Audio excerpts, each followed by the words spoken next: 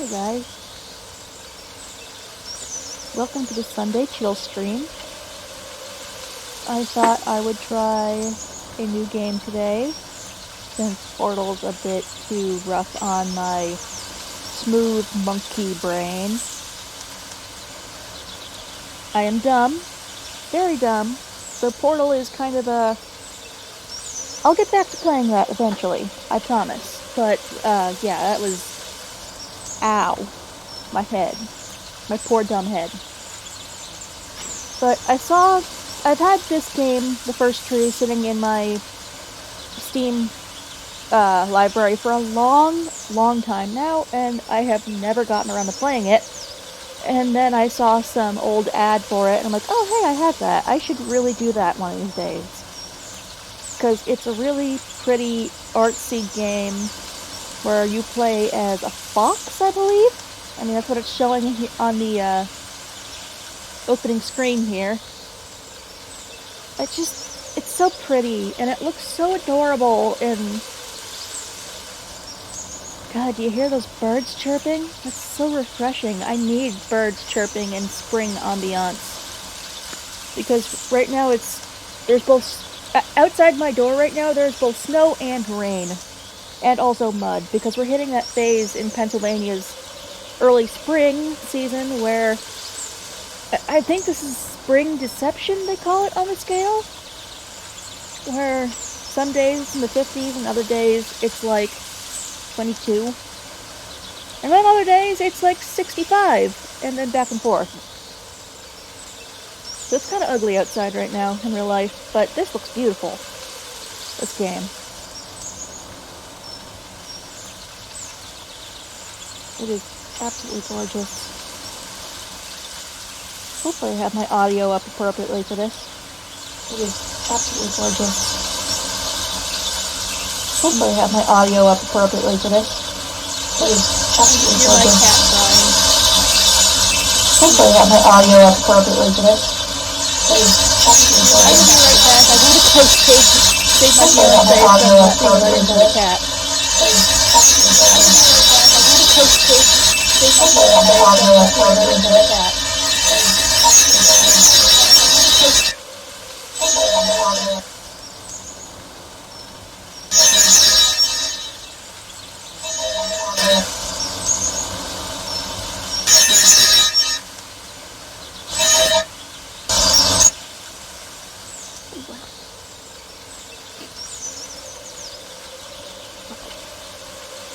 Alright, I'm back.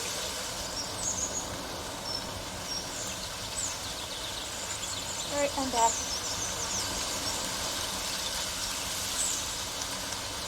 Apparently these headphones pick up every little thing. Because if I turn the audio on the stream manager up even a little bit, I can hear the weird echoey raindrop noise.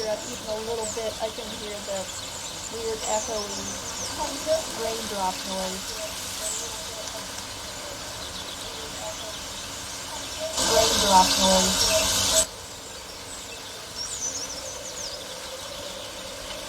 Anyway, let's get into this adorable, adorable game. I'll press enter to start. I'm hitting spacebar. Again, I am stupid. I can tell you anything about animals, or nature and wildlife and all that, and some random science facts, but just because I have retained knowledge in the past doesn't mean I can retain it anymore. I am dumb. I forget where the space bar is sometimes. New game.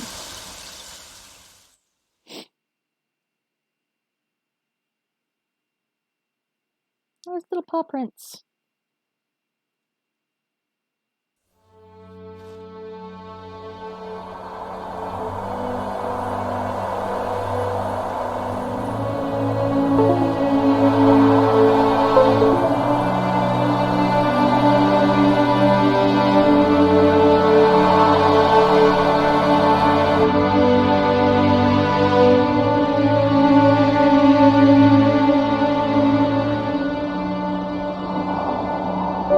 Just a fox in its little cave. Are you awake? I thought I heard you get up. Yeah, I'm awake. Sorry, I just can't sleep. Are you thinking about him? Yeah, a bit. You should get back to sleep, my love. I'm fine. No, it's okay. What else is on your mind? I don't know, it seems weird, but I had one of the most vivid dreams of my life. I saw a fox on a snowy mountain, just looking confused and worried. Those eyes, I can't get those eyes out of my head. She was running in the windy snow, looking for something. Do you think it has to do with you and what's been going on? I don't know. It was just a dream, Rachel. They're not meant to make sense. A lot's happened the past couple days, that's all. Well, if you're not going to sleep anyway, you should tell me. I want to hear. All right. Oh, so this is... Okay, it's one of those. Oh, this is gonna be so neat.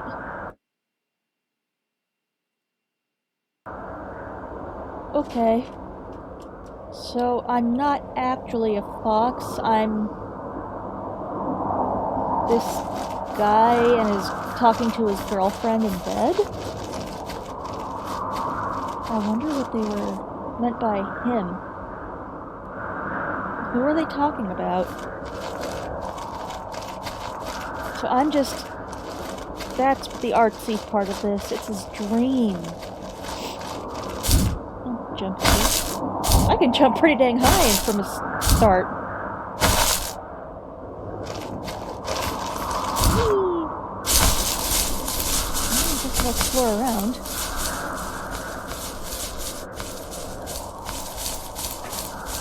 This is so pretty. This fox is so cute. All cel-shaded and adorable. Look at that dumb face. Oh my gosh, the beady little eyes. Like a doll's eyes. No, it's not Shaw's eyes. Oh, there's like a... Okay, there's collision back there. I can't go off the edge of the cliff. Running as a fox is pretty satisfying. There's water, I think. Or is that just... No, okay, I thought that was a frozen stream. Can I get on the rock?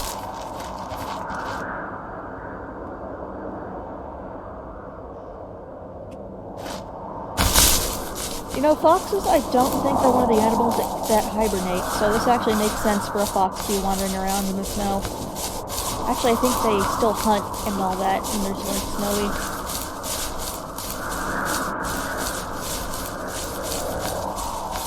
Oh my gosh, have you ever seen the videos of foxes hunting in the snow? It is the funniest and cutest. They sit there with their big, batty ears, like, they do this. And then they face plant into the snow, and they just, like, do that over and over again. Like, they take a jump into the air and then face plant into the snow until they catch, with their face, whatever animal was under there for them to eat. Although sometimes I swear they do it for fun, because foxes are weird like that.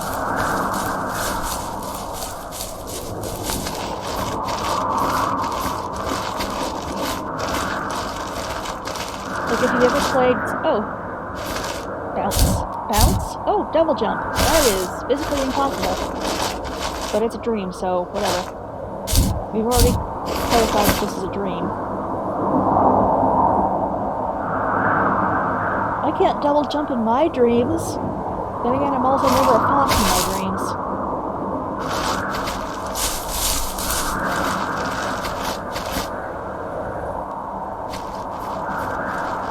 Oh, it's not hold shift, it's just press shift to run.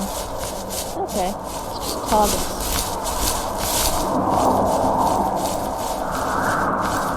Do I have to eat or drink in this?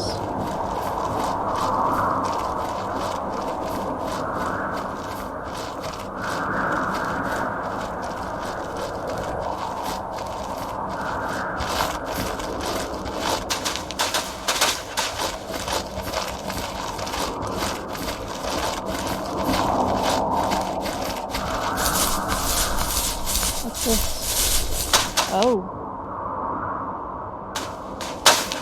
Well, if there's anyone in this tent, they're dead.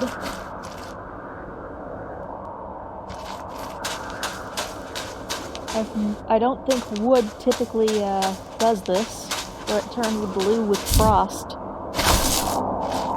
So yeah, if it's cold enough to do that, whoever's in this tent is dead. Unless this is just this color because it's a dream.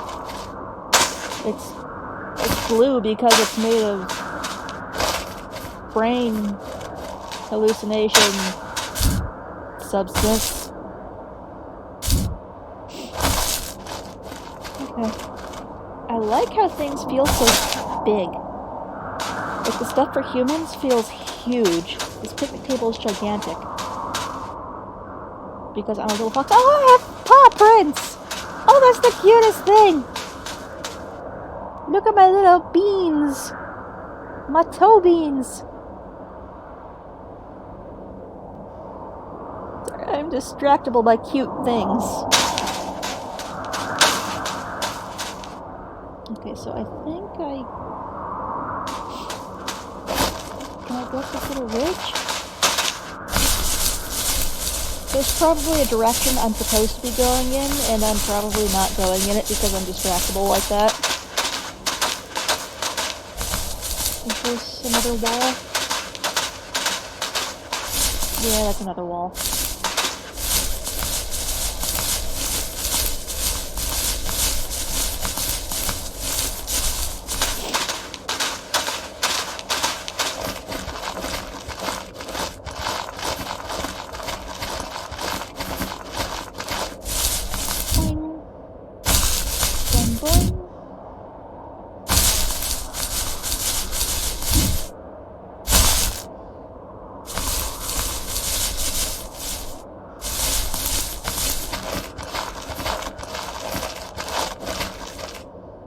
How come I'm not leaving footprints up here? Oh, there we go.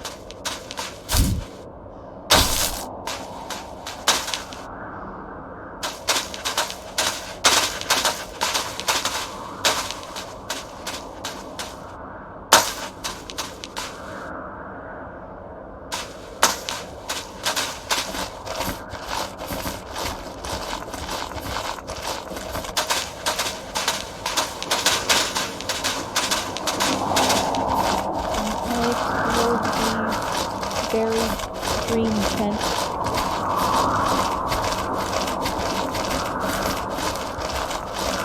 I said keep going up the hill.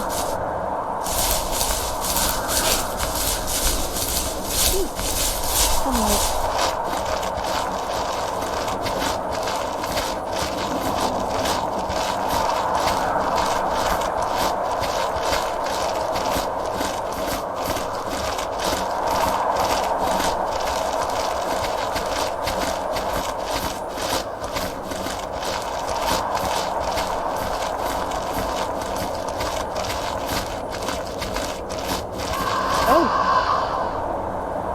Dead thing, possibly? Oh, it's a little dead fox pit. Oh.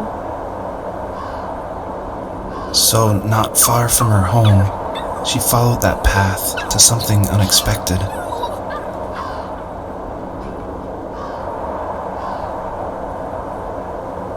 bet that was her baby.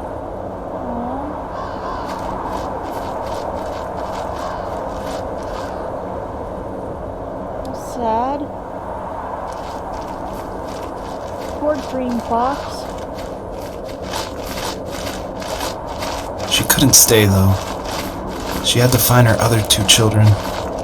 So she took that path. She followed it towards something ancient. Something with answers.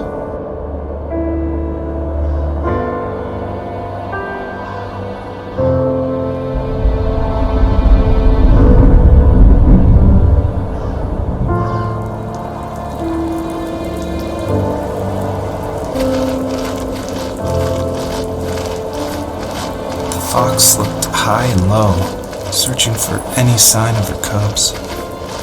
Points of light showed the way to this ancient tree. It was as if each one had a story to tell, all their own.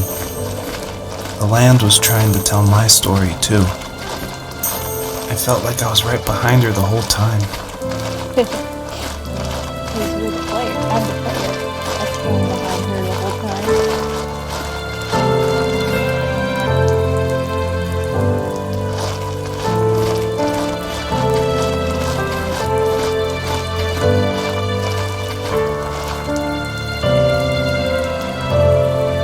So this is going to be a tale of tragedy, I guess.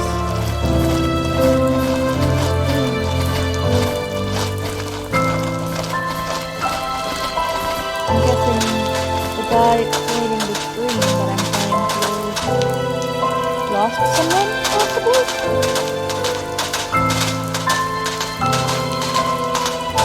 And that's why he's dreaming about a mama fox looking for her frozen to death cubs. Pups, kits.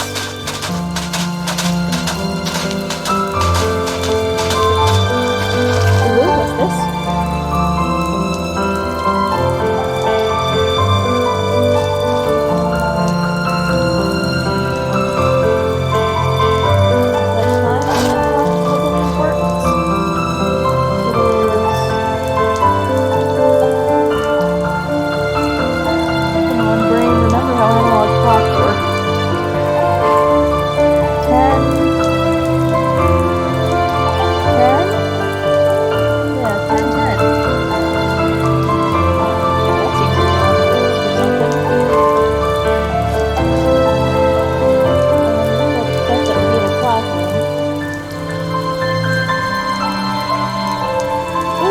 What if the guy that is narrating this is a school teacher and a bunch of his students are missing or something, and he feels bad for it? And it's probably too early to make something like that.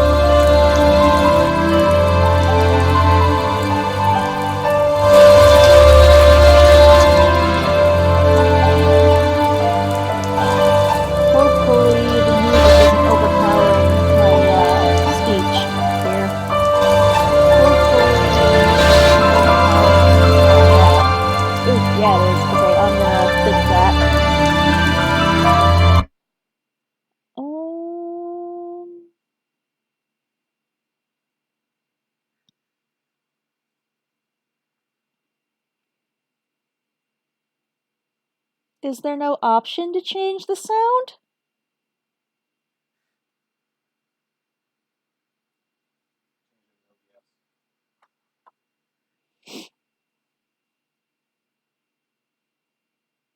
Commentary mode?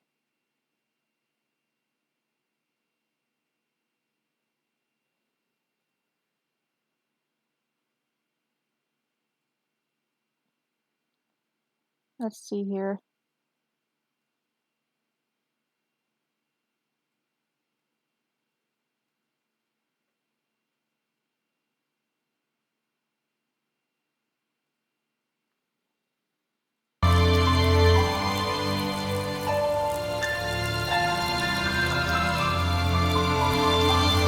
Okay, am I more hearable now?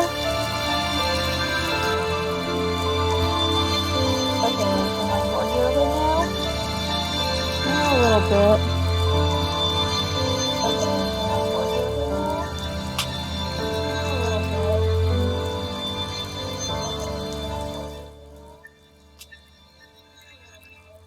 bit. Oh gosh, I hear an echo. Oh no. Oh gosh, I hear an echo. Oh no.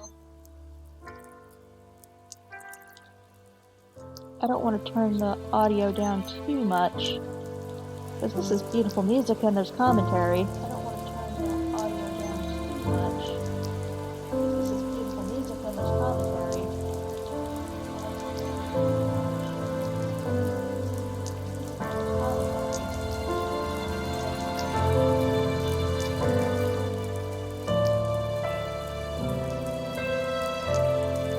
Okay, hopefully this is good.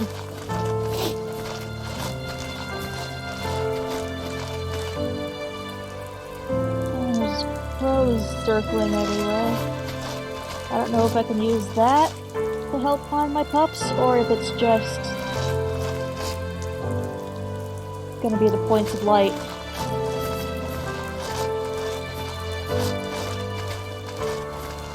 It looks like there's a thing over here to look at.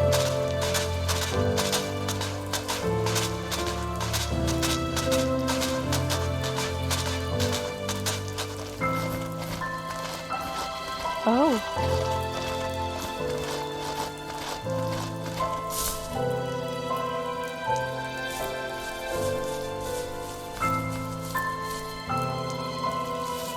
As a kid, did you ever do show and tell in your class? Yeah, I think I only did it once, when I was in the 4th grade. You know how my life was around then. I wanted to show my class what helped pass the time and distracted me, so I brought a dozen paper cranes I had made. I think I told everyone how badly I wanted to be a bird and fly, embarrassingly enough. Aww. Don't be embarrassed. Every kid wants to fly. For me, it was another toy from my dad, a wooden boat. I remember guarding it so carefully in my hands as I walked into class. When I sat down, a group of boys immediately made fun of it. Aww. They asked which trash can I found it in, or why an ugly log was my favorite toy. When I got up, I didn't even want to tell them my dad had carved it. I said it was a joke gift my friends had given me. Aww. Kids can be so cruel. Some of them are. I shouldn't have let them get to me, but it did. It's amazing we bounced back at all.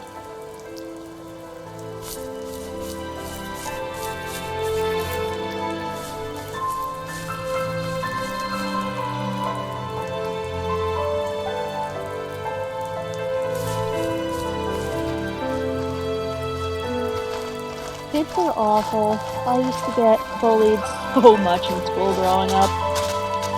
It took a long time for me to find any confidence in myself. Nowadays, I've learned not to care. Bunnies! Can I chase the bunnies? Bunnies! Let me eat you, I'm a fox. Why are you faster than me? I am your predator, I should be faster. I keep your population in check. Okay, maybe I'm not supposed to catch the bunnies. What's this? Oh, it's another bunny. Okay.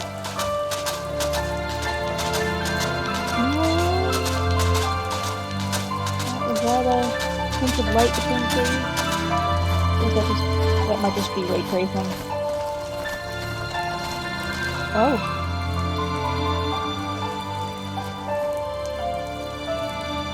What are those? Joseph.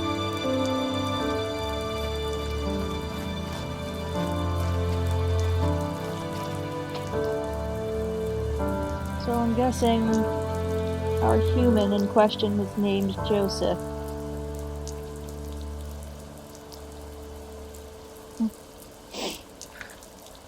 Oh, I am sliding out of my seat. Goodness.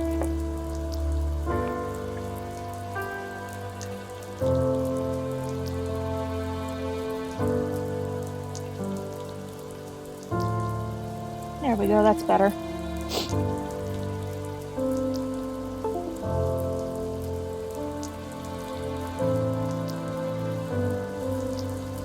Much better.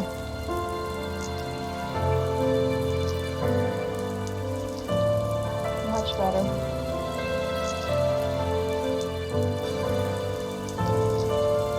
Much better. But yeah, I wonder if this guy... He's definitely lost someone important to him. And that's why he's having this troubling dream about a fox with dead puppies.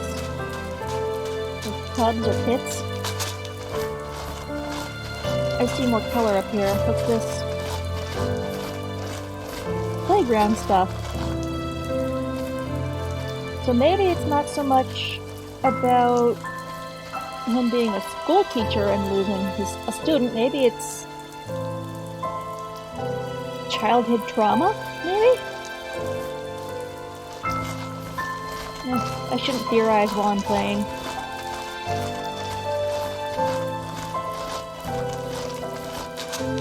I see a sliding board over here. Can I ride the slide as a fox?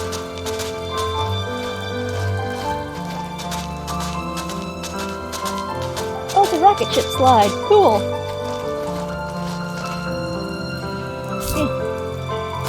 Can I? I want to. Oh, there's a trinket and there's a light in here. Whee! I have actually seen videos of foxes playing on slides like that.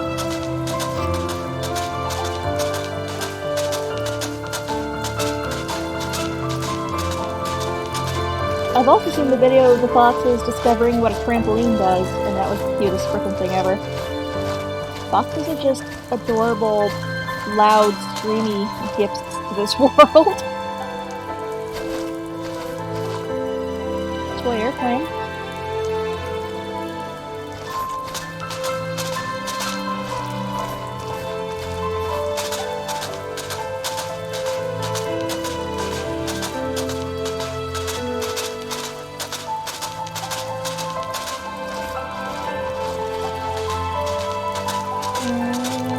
I hope this isn't another poor little kit.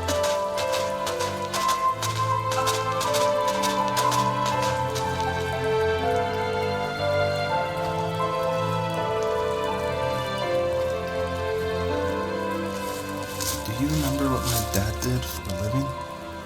Wasn't he like a lumberjack? That's one way of putting it. If wood was a canvas, then a carving knife was his paintbrush.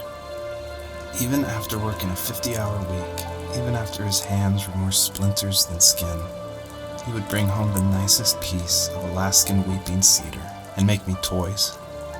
That wooden train was the first toy I can remember, and I loved it. I just knew from a young age I was going to be a lumberjack, like my father.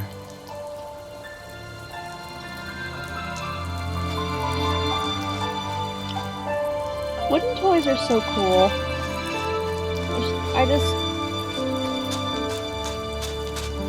It's really cool to see the toys people make with wood and like decorations and stuff. Because there was this guy who worked at the amusement park that I also used to work for, which was where I met my fiance, but that's a tale for another day.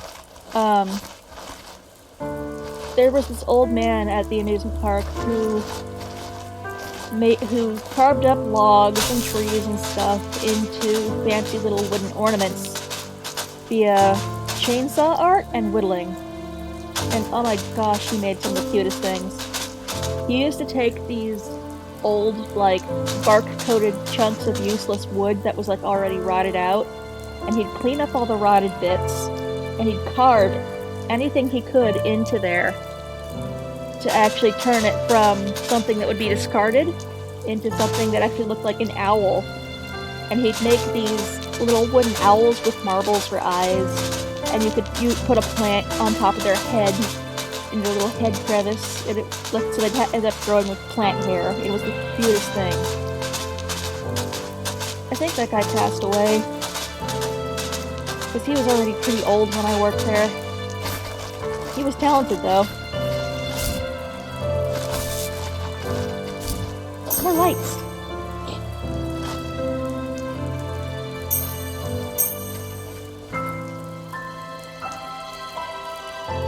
Anything interesting from this vantage point? I feel like I'm supposed to approach that glowing portion of the mountains there.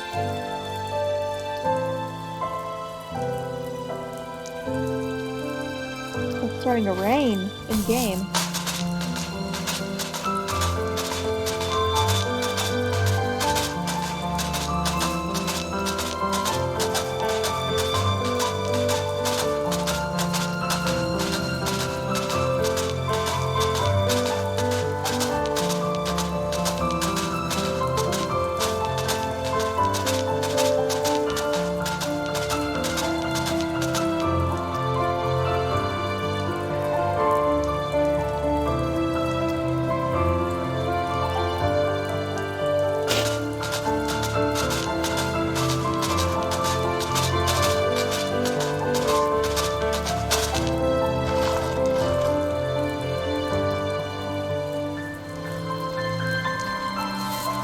Usually those kids would leave me alone, but somehow they could tell I was different.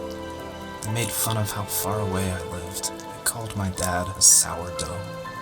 I was a blabbermouth as a kid, telling my dad stories I made up for hours.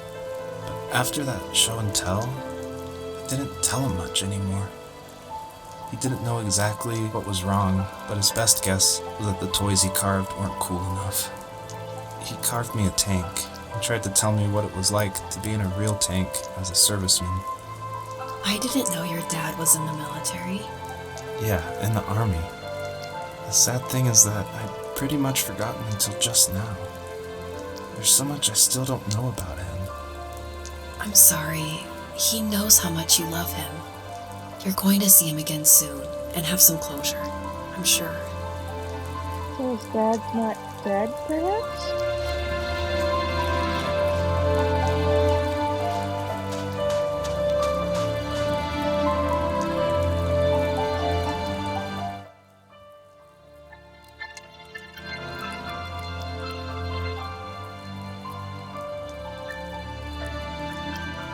This definitely has the vibe of trying to cope with a loss, but I don't know.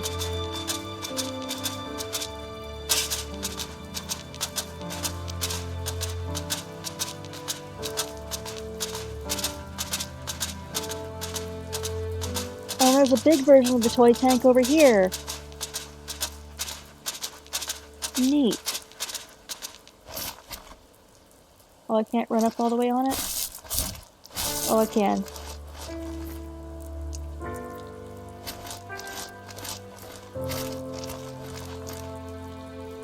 Jump! Jump! Jump is not working! There we go.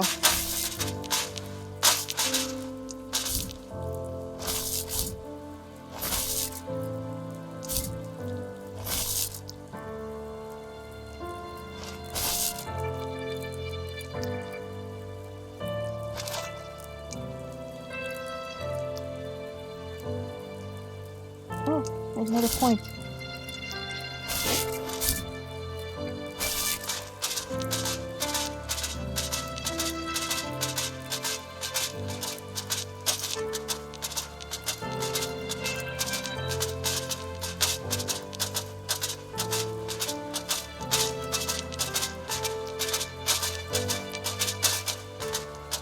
I knew this game was going to be artsy, but I didn't realize it was going to have such a deep psychological, like a deep exploration of the human psyche or whatever. It's cool though. Ooh, there's more things to look at. Is this a playground?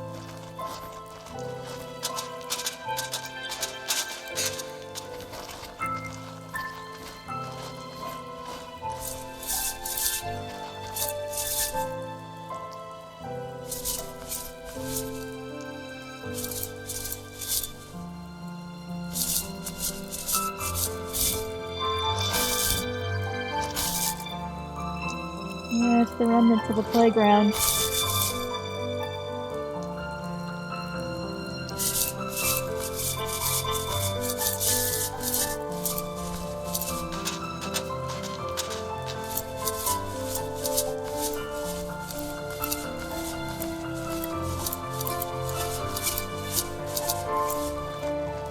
This game is very deep and very emotional, but it's also just so chill. And that's not even a joke about the snow everywhere. Oh no.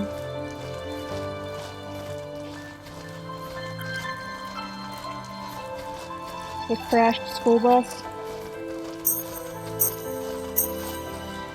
Can I go inside or stay inside? Eh.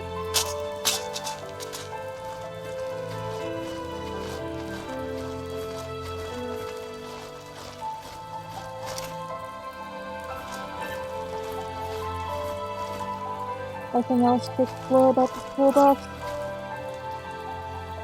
Do I remember that number?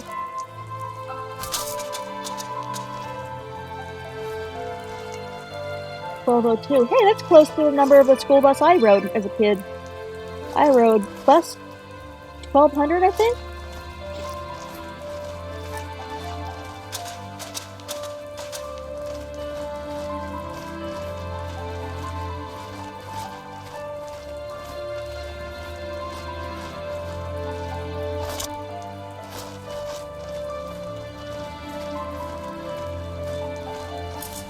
Another diggy hole. The older I got, the more I withdrew. I asked myself, why talk to anybody anyway? Why bother when I'm happy by myself? I started drawing a lot, mostly animals I saw in the woods by my home. I then imagined designing my own hideouts with things like TVs and pantries full of chips and cookies. I think that idea of leaving home and drawing blueprints started my career. I found a lot of solace in that. I'm not surprised, but I did the same thing, you know? There's something special about having a place to call your own. And now look at us. Well, if you count renting in an overpriced city. For real. It's as close as we can get for now. I did the same thing as a kid. Oh, I was so obsessed with the idea of adulting and freedom and being out on my own. And yeah, adulting is actually no different from childing, except instead of your parents yelling at you constantly, it's your bills. And the government telling you, no, you can't do that legally because that's indecent. Or illegal, or... Bah.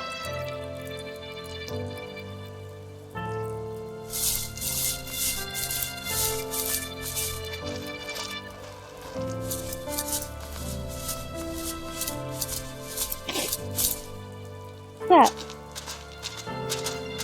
Oh, that's the slide I found earlier. Yeah, I don't need to go back to that. Or, wait, no. Maybe? Is there falling damage?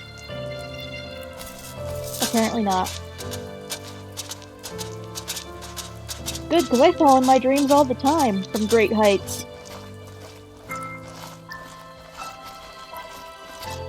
Oh, it's one of his shacks he built. I used to try to do the same thing in my mom's backyard. Back when I still lived in my childhood home. Whee! Except we didn't have any pieces of sheet metal laying around because my mom was afraid it would attract snakes. I watched a lot of the Croc Hunter, so we knew that snakes like sheet metal. So I would wander the neighborhood looking for, like, boards and pieces of wood and stuff to steal from other people's backyards and bring to ours. And then I'd build little lean-tos in our backyards underneath our bush, because we had one of those giant house-height pine bushes that, you know, it started out as a bush but turned into basically a tree. But you couldn't ever see the tree trunk because there was so much branches going on.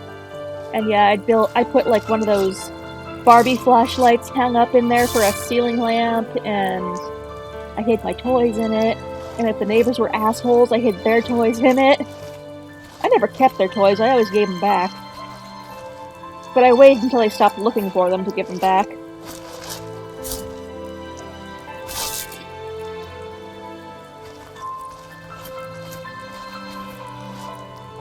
I have already forgotten what direction I was running in. Or wait, no, I came from up a hill for that. That looks like it might be another point to explore. Or is that just a trick of the light? Oh, that's something really brightly shiny.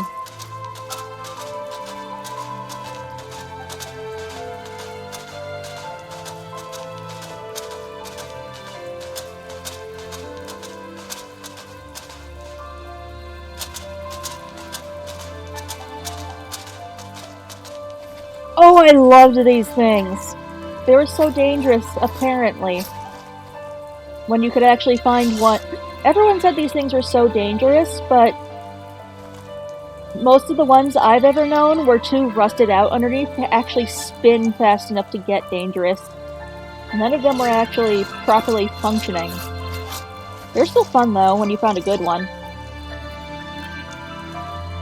Not gonna lie, if I had enough of a backyard to put one of these in my own backyard, I totally would. And I'd just lay there and spin myself. Because adulthood is a lie. If it made you happy as a kid, it can still make you happy as an adult, and there is no shame in that. At all. Happiness is not age restricted.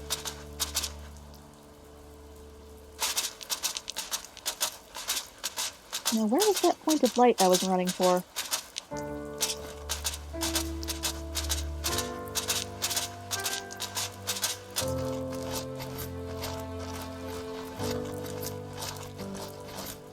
Oh, it's over there. I think.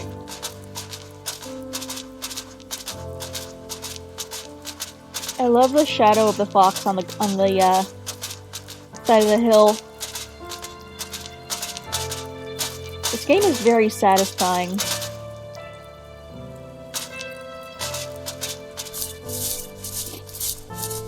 Oh, that's the tank.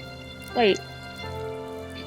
I did not notice that point of light on top of the hill there, overlooking the tank.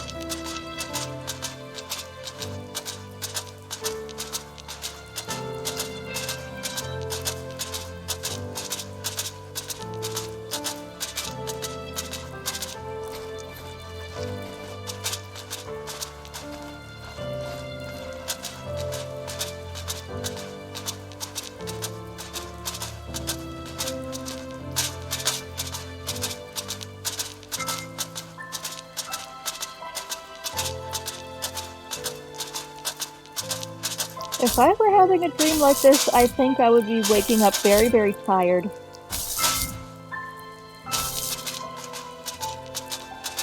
I know when I have really active, really explorative dreams, I always wake up actually physically exhausted because I have a tendency to actually move in my sleep when I'm dreaming.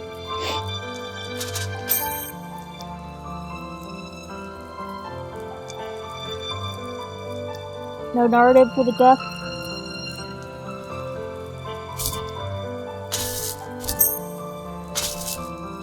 I thought there'd be narrative for the duck.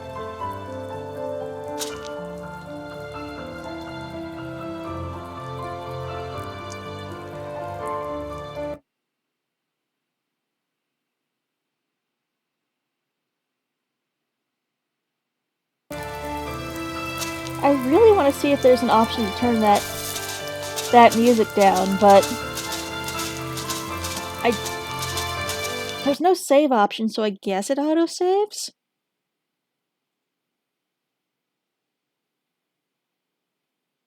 Oh, never mind. Okay, back to game. Progress is saved at the beginning of the level.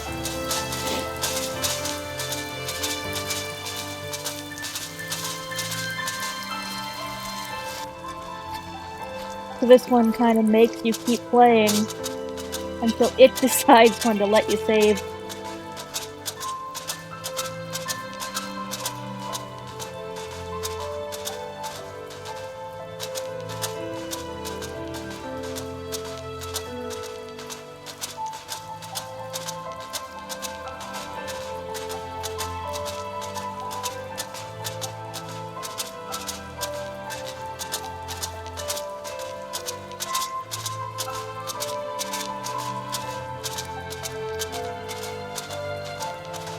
I think I see more light over here.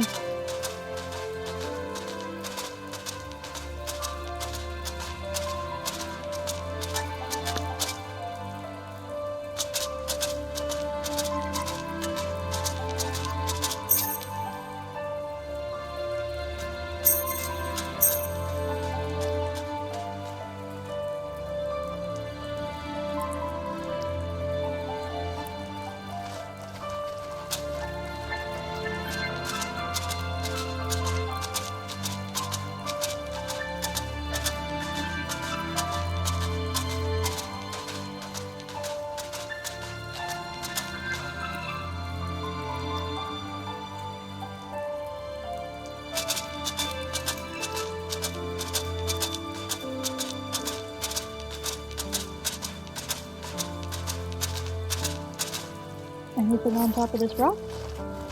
Nope. I'll just continue running up the hill. Jump. Whee!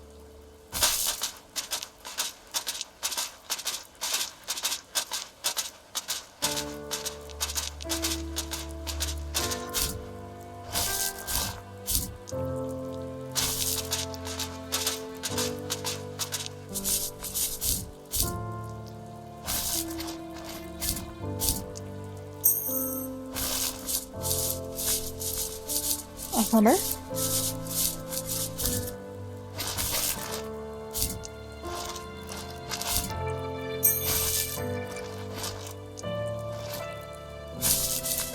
There's more light over there, though. There's light over here. There's light over there. I'm gonna go over there.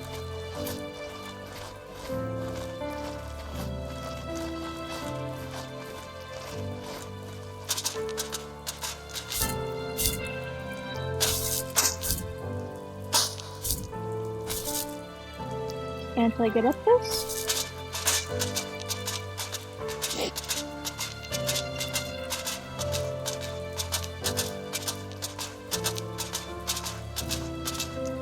Now, something over there looks like it's making the area light up blue.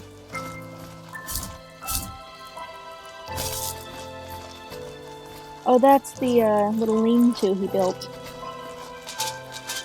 Cave?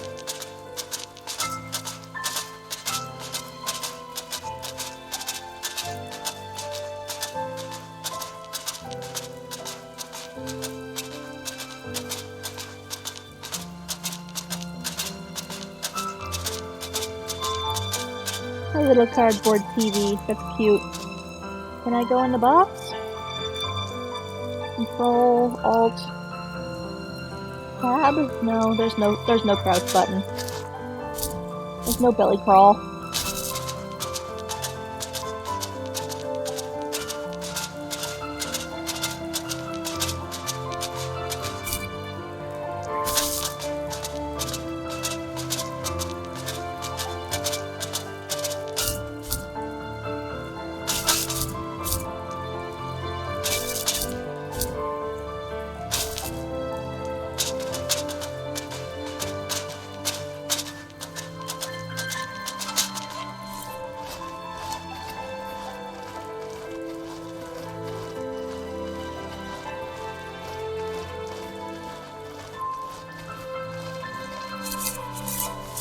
I'm sorry if I get too quiet and don't say enough during this. I am just so relaxed by this goddamn music.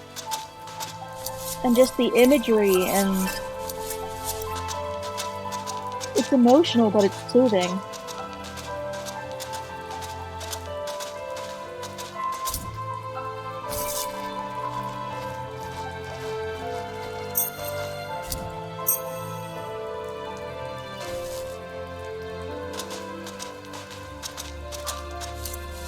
What's this? Aww. Broken swing set and a lost ball cap.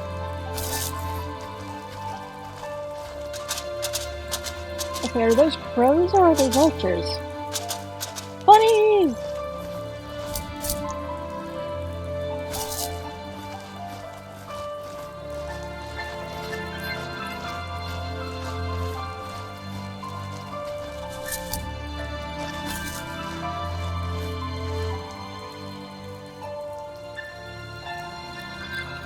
Anyway, from the Hummer, there's points of light up there. Through that valley.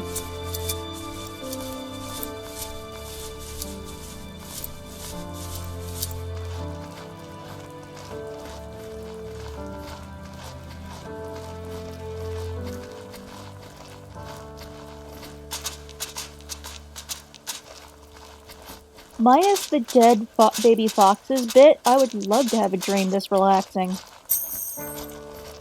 Just run through the snow as a fox.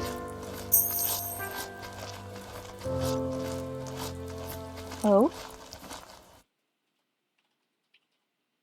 And the paw prints.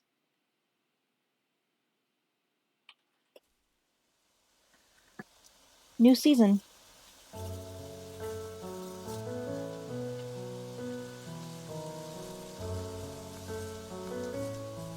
and the new song.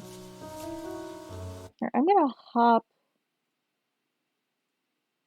since that seems to be the beginning of a level.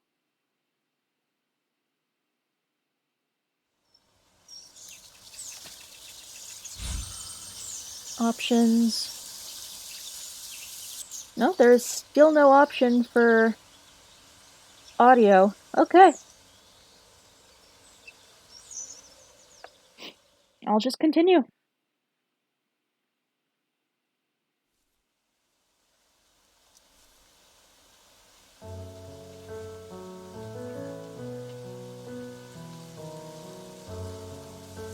And then I'll just keep playing.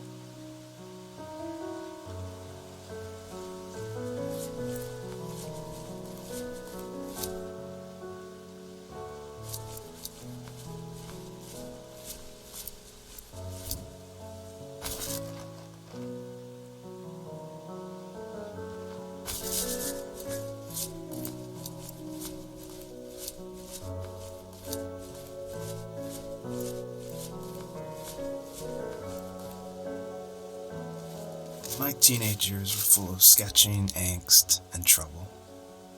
I wasn't popular or unpopular. Maybe just forgettable. I guess that gave me a sense of freedom. So I hung out with crazy kids, doing crazy things. Same. Even though I mostly just watched the chaos ensue. We did it all. Put fireworks in mailboxes, hide roadkill in people's garages, break windows of the barber shop in Anchorage. My dad was furious, but he was so busy working he couldn't do much to stop me from going out. I think being an adult means there's no one to stop you making hard decisions. He had to make a living, and he couldn't be in two places at once. Yeah, I realize that now. But at the time, I was sure he was more interested in growing his business than what was going on with me.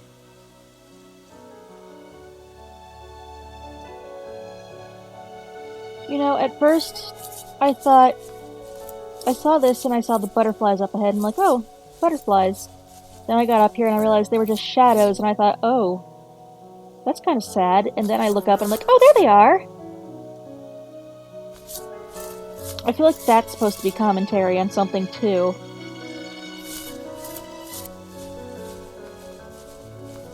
But now, I didn't put roadkill in people's garages, mostly because I was an only child with a single mother, and I wasn't allowed to leave the backyard.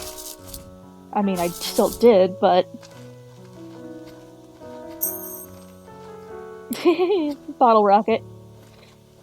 Yeah, I didn't really get destructive. I didn't have enough friends for that. And the few friends I did have were either pity friends who were too popular to actually be friends with me, but still pretended to like me to make themselves seem better. Or or the few good friends I actually had, who were actually really cool people who were complete and total oddballs like me. And yes, all of my friends grew up to be furries for whatever reason. Either that or they stayed goth. So I'm friends with a bunch of furries, a bunch of goths, and a bunch of furry goths. There's a few anime nerds in there too, but I think all of those things tend to overlap because they're all big on customization. Why can't I double jump there? I want that light shiny thing.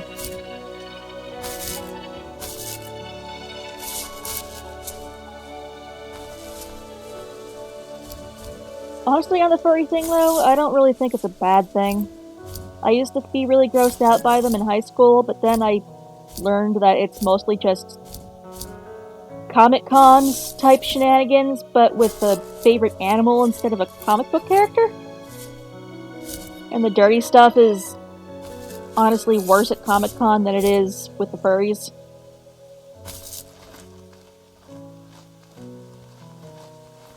I mean, wearing costumes is fun. Especially when you built them yourself. I mean, oh my god, some of those costumes are amazing. Yay! I double jumped, finally. I actually have gotten into building those costumes on occasion to sell them, but I hate sewing so much. I like sculpting, but I hate sewing. It is so tedious. But yeah, a lot of the people I know have have all started out as something weird and interesting, and have all become something weird and interesting. We're all about a bunch of counterculture weirdos.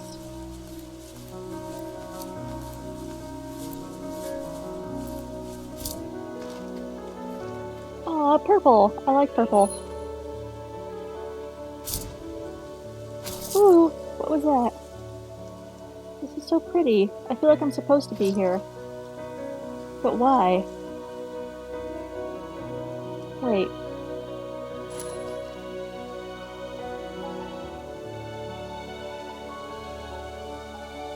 Oh no. Oh, they follow me now.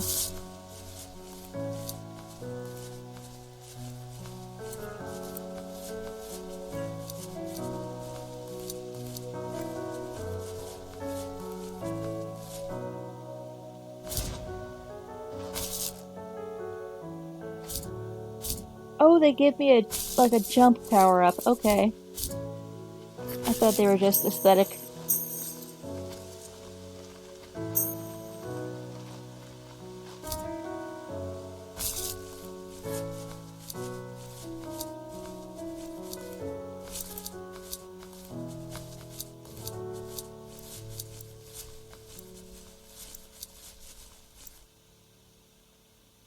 Oh no. He was working another late night, and my friends were over, saying how bored they were and how they'd come all the way out to my house for nothing. One of them mentioned how that old, ugly beyond belief truck was still in the garage, and how we should take it for a spin. I was only 15, so I kind of fought it for a while. The next thing I knew, we were careening around the mountain path, rocks spitting onto the sides of the cliff, while my dad's cringeworthy bluegrass blared out the speakers. I drove while my friends were in the back of that yellow and purple truck, throwing beer bottles and trash at anything remotely interesting. Felt like I was soaring in the air with borrowed wings. But all good things have endings. A cop outside of Eagle River pulled us over after he saw us in a bottle rocket into someone's yard. What followed was a long night of talking to disappointed adults and feeling smaller than ever. A purple and yellow truck.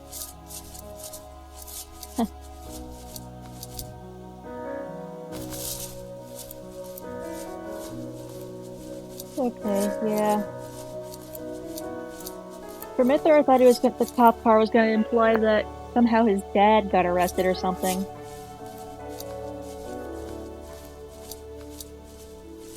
Gaming has conditioned me to think the worst of every story, like, oh god, he's gonna have such a bad childhood and he's gonna... Otter Lake?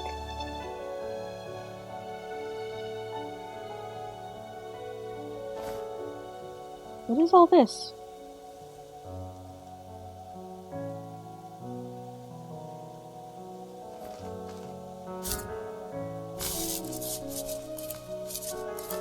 That almost looked like they were looking for a missing person. So okay, I get my borrowed wings.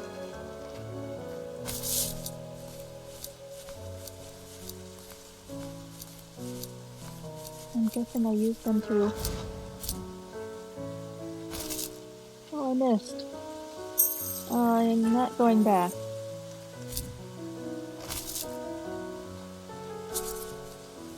Completionism be damned, I am not going back.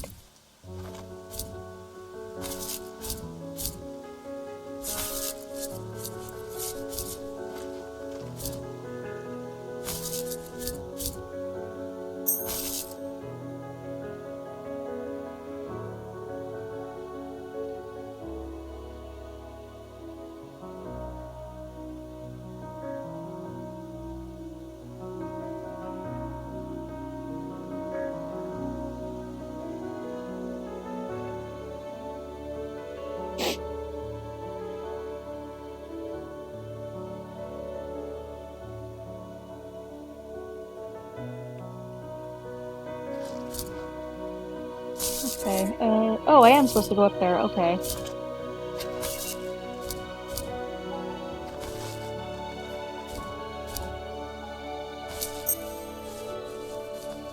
Oh, look at all the butterflies.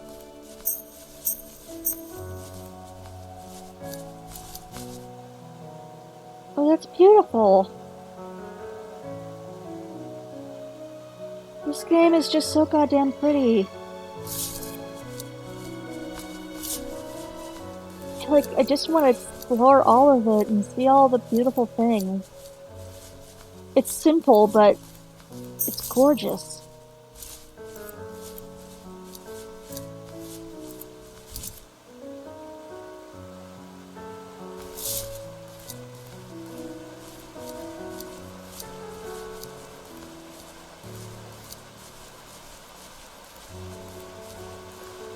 No, there's the purple and yellow truck up there.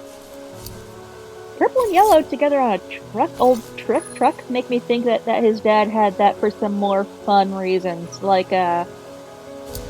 potentially drag racing or something. Oh, I missed.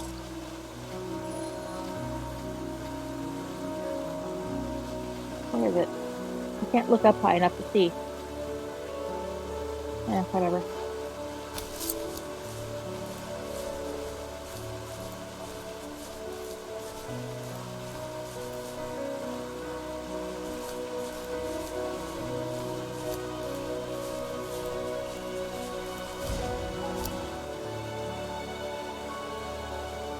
Is this a glitch? Oh, hurry. Aww. Okay. That was a thing. There's gotta be a way to get up there and look at the ugly truck.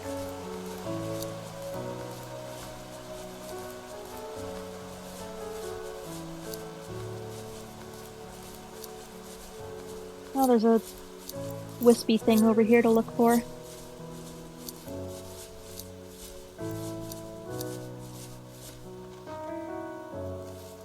After he drove me home from the police station, I blew up at him, saying how I never wanted to be like him, how I was gonna be someone and leave that hick icebox for good. He just looked forward at the road with tired eyes. I took out that bluegrass tape from the cassette deck and chucked it out the window. In my sage teenage wisdom, I thought I had proved the ultimate point, but my dad had a different idea. He slammed the brakes, slowly bowed his head while gripping the steering wheel, and finally looked at me. All he said, like it was a polite request, was, "Make this right." I sat there in silence, fuming, but I eventually got out and combed every square inch of the woods, muttering profanity after profanity. I found it 30 minutes later, near a small waterfall off the road. I went back to the truck, put the wet tape back in, and sure enough it worked. We didn't speak another word to each other the rest of the night. Wow, I knew you were a crazy teenager, but... It's hard to believe, isn't it? Surprises me too. It's like I didn't really know who that kid was back then. I bet my dad thought the same thing over and over. It's almost like he was saying, "Make this right," to himself, more than to me.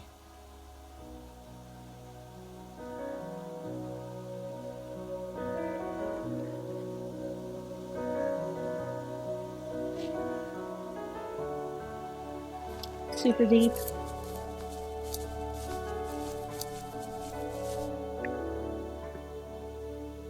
This is a good game to start conversations and stuff with. Oh, hey, Banjo! That was a sudden transition in my thought patterns. Deep, insightful, emotional thought. Suddenly, Banjo! But no Kazooie.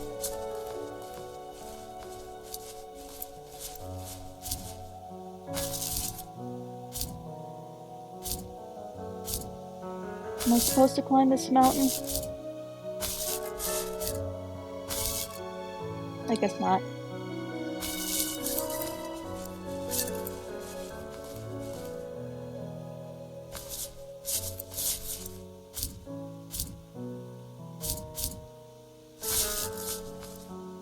Oh, I was. There's the fireworks.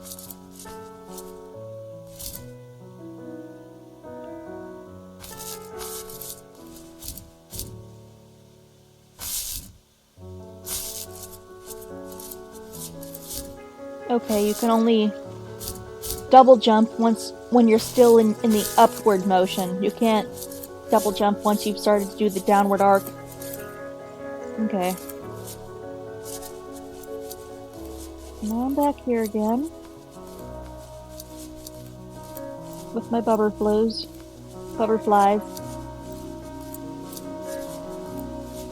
Where'd the waterfall go? Oh, it's up there.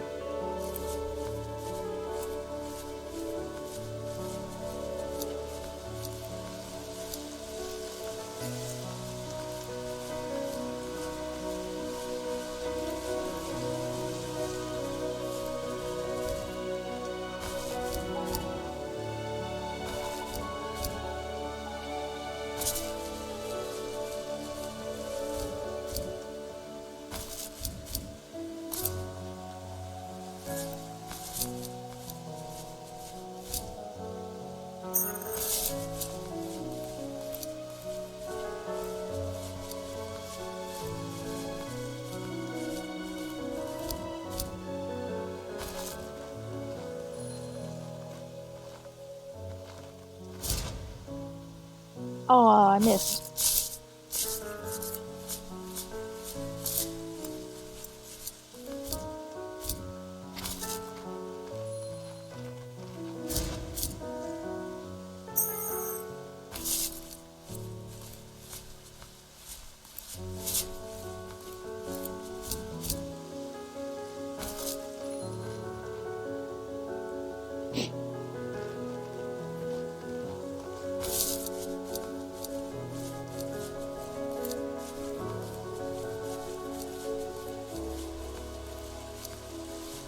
Okay, so... Now where am I to go? Do I climb up the butterfly rock and then get up onto that hillside?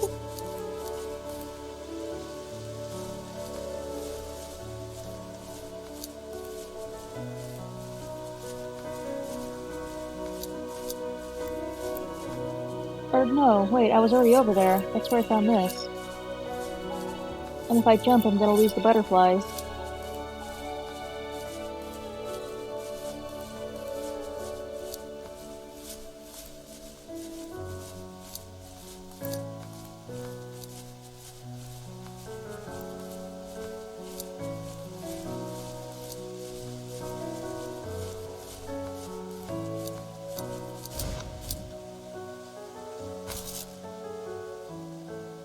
Well, it wasn't that way.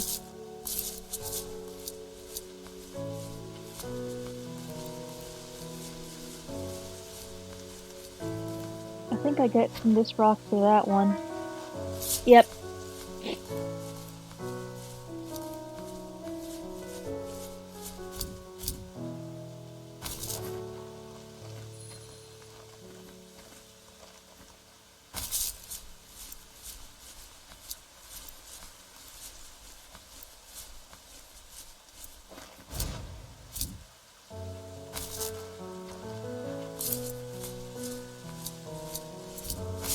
I must have gone backwards somehow.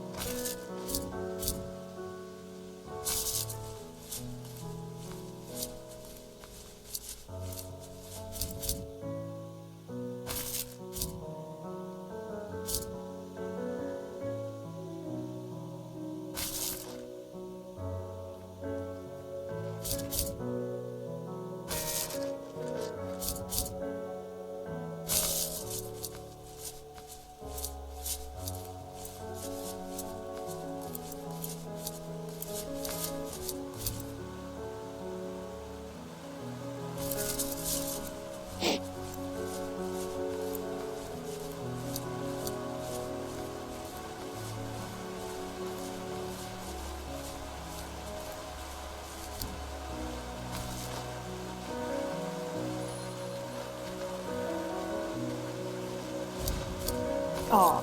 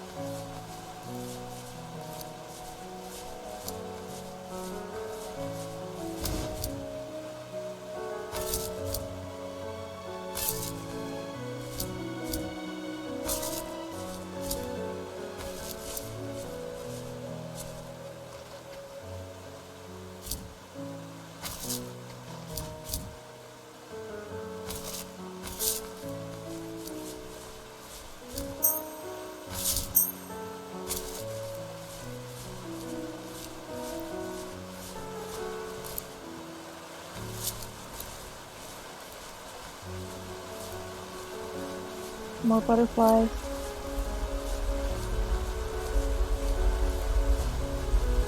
Shiny neon plants that look like Pikachu tails.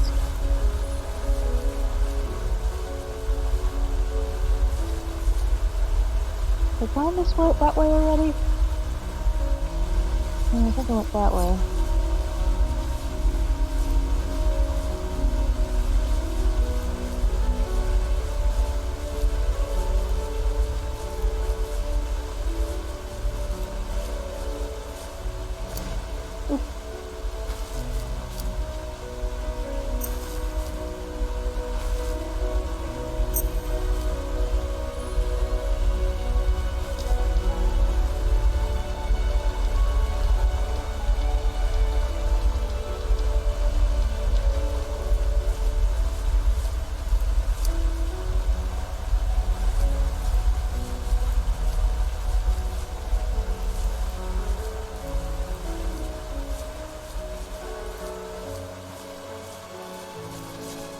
Barber shop.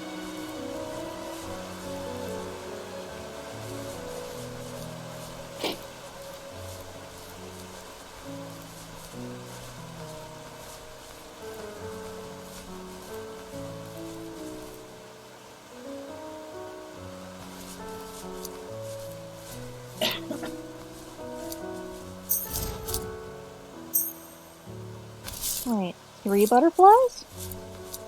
Oh, I'm supposed to collect them all.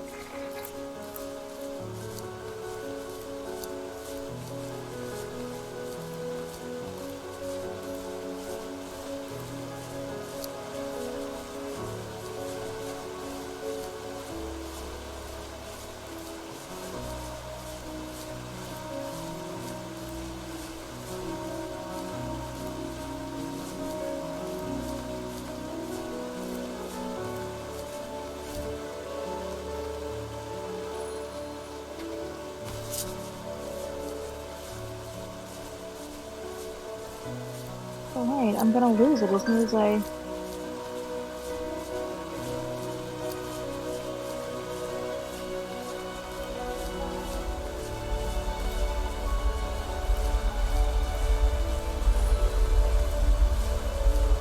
My friends would laugh about that night and talk about how crazy it was, and I laughed along, pretending it didn't bother me. But it did. I imagined my friends growing old in the bush, unable to find that thrill in those godforsaken ice fields. It's like those mountains were a literal wall, keeping me from leaving, where all I would have to look forward to are lumber yards and evening beers. I had to climb over. That was my only goal for a long time.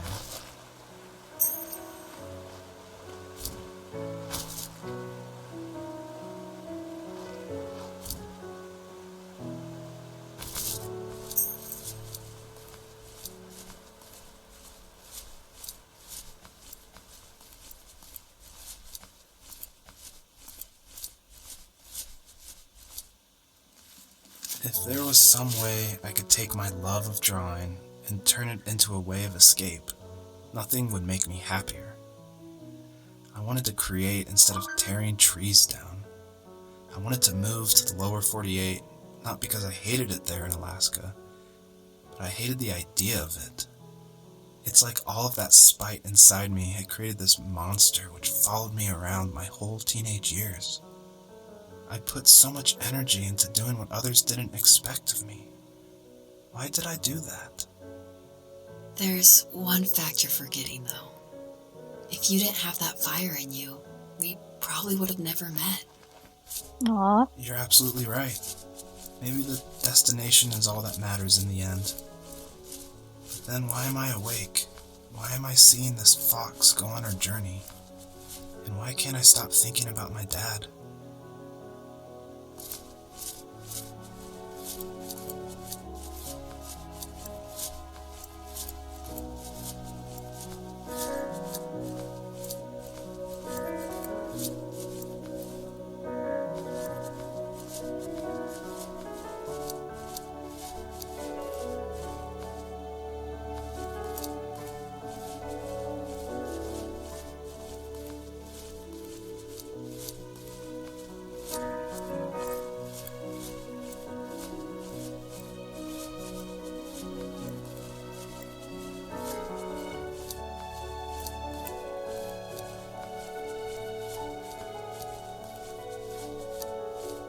This is a much longer field than I thought it was.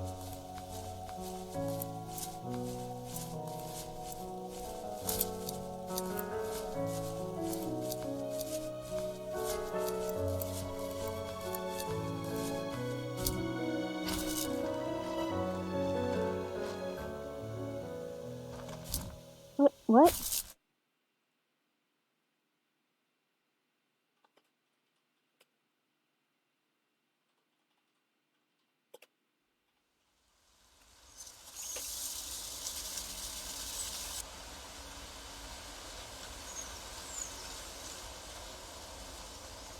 Oh, this is more like the cover image, the title screen.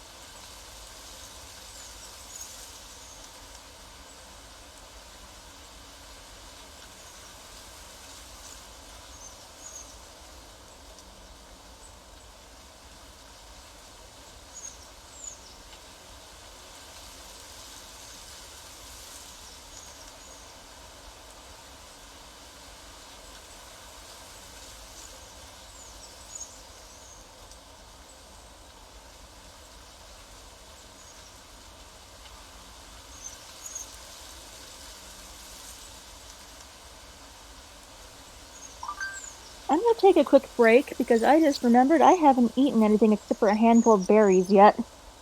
So I will be right back. Enjoy this beautiful nature scene with this adorable little fox.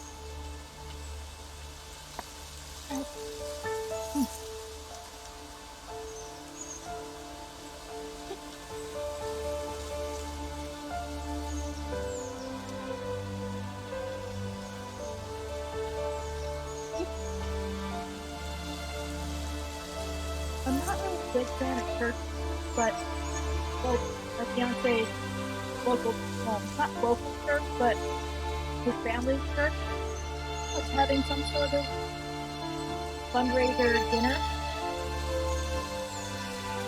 And I am all for food.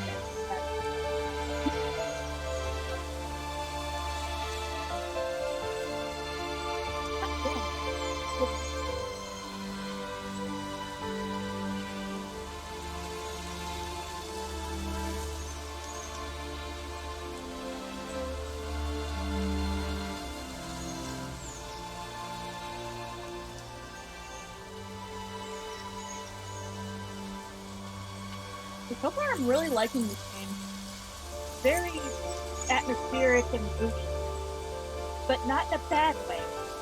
Because, like, bad atmospheric and moody is usually like DC movies, where the color palette is vaguely color stained sepia.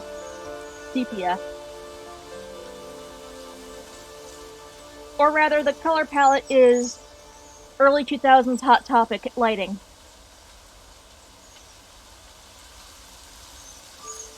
This is good moody.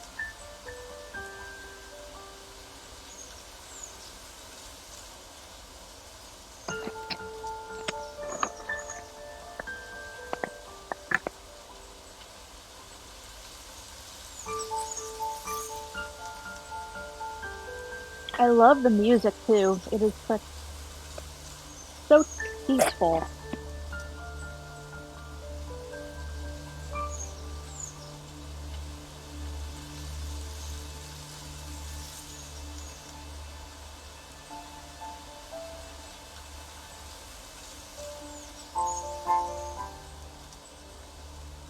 I wonder if maybe what's happening to trouble this guy so much that he's dreaming of this fox while he explains his childhood memories and stuff.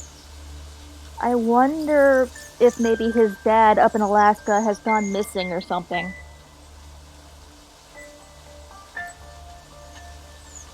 Or if he just plain lost track of his dad and something. This game does a very good job of drumming up curiosity in the player without it being like heavy-handed or like it's just balancing it just right.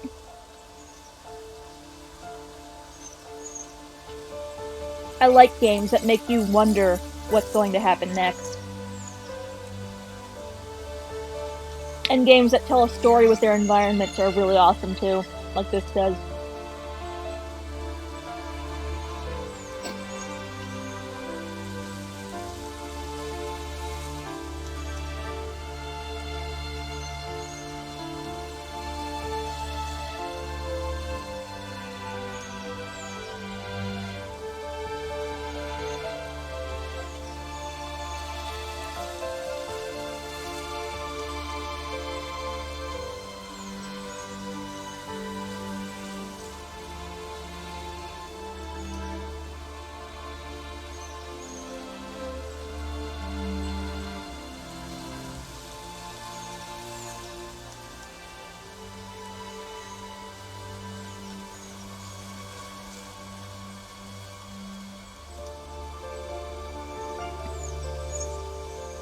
Oh damn.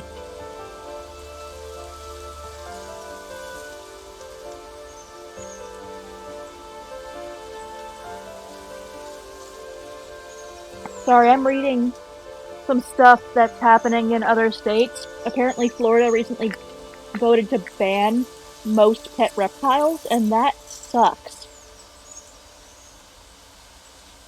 I am a recent reptile enthusiast, and I have always been big on studying them because they're really fascinating and they're cool little things. I mean, come on, how can you not love little real-life dragons and dinosaurs? Dinosaur. Apparently, New York is also trying to ban the shipping of all live animals via mail carrier. How is that going to work? Because places like PetSmart and Petco are shipped via mail carrier to get their in-store stock. How is anyone from another state ever going to get pets? I mean, keeping pets, in your home is not a bad thing as long as you're responsible about it. And live shipping of animals even happens with zoos. What, you think that their frickin' new cheetah, every new cheetah that comes to the zoo for the breeding program takes the bus?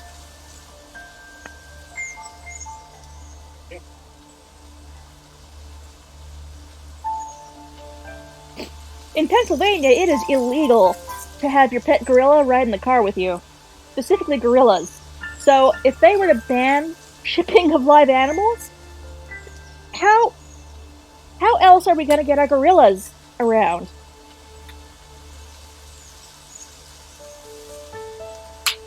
I'm sorry to go on that tangent out of the blue. I just happened to look up and read something, and I'm like, oh no, that is bad. That is not cool. Like, when I start learning more about reptiles, and that I start to want to breed for captive conservation reasons, I kind of am gonna need to be able to send those young reptiles to their new homes. Somehow. Especially if I decide to partner with a zoo or something.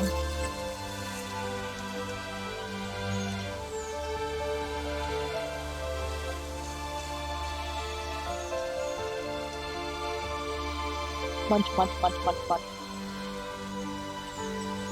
Jeez, they sent me so much. They sent us so much spaghetti that I think this is gonna last like the whole week. Lots of spaghetti.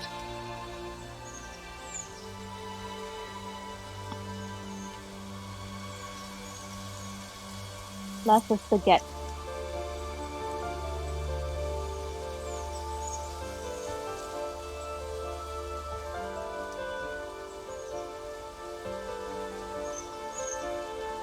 Mm.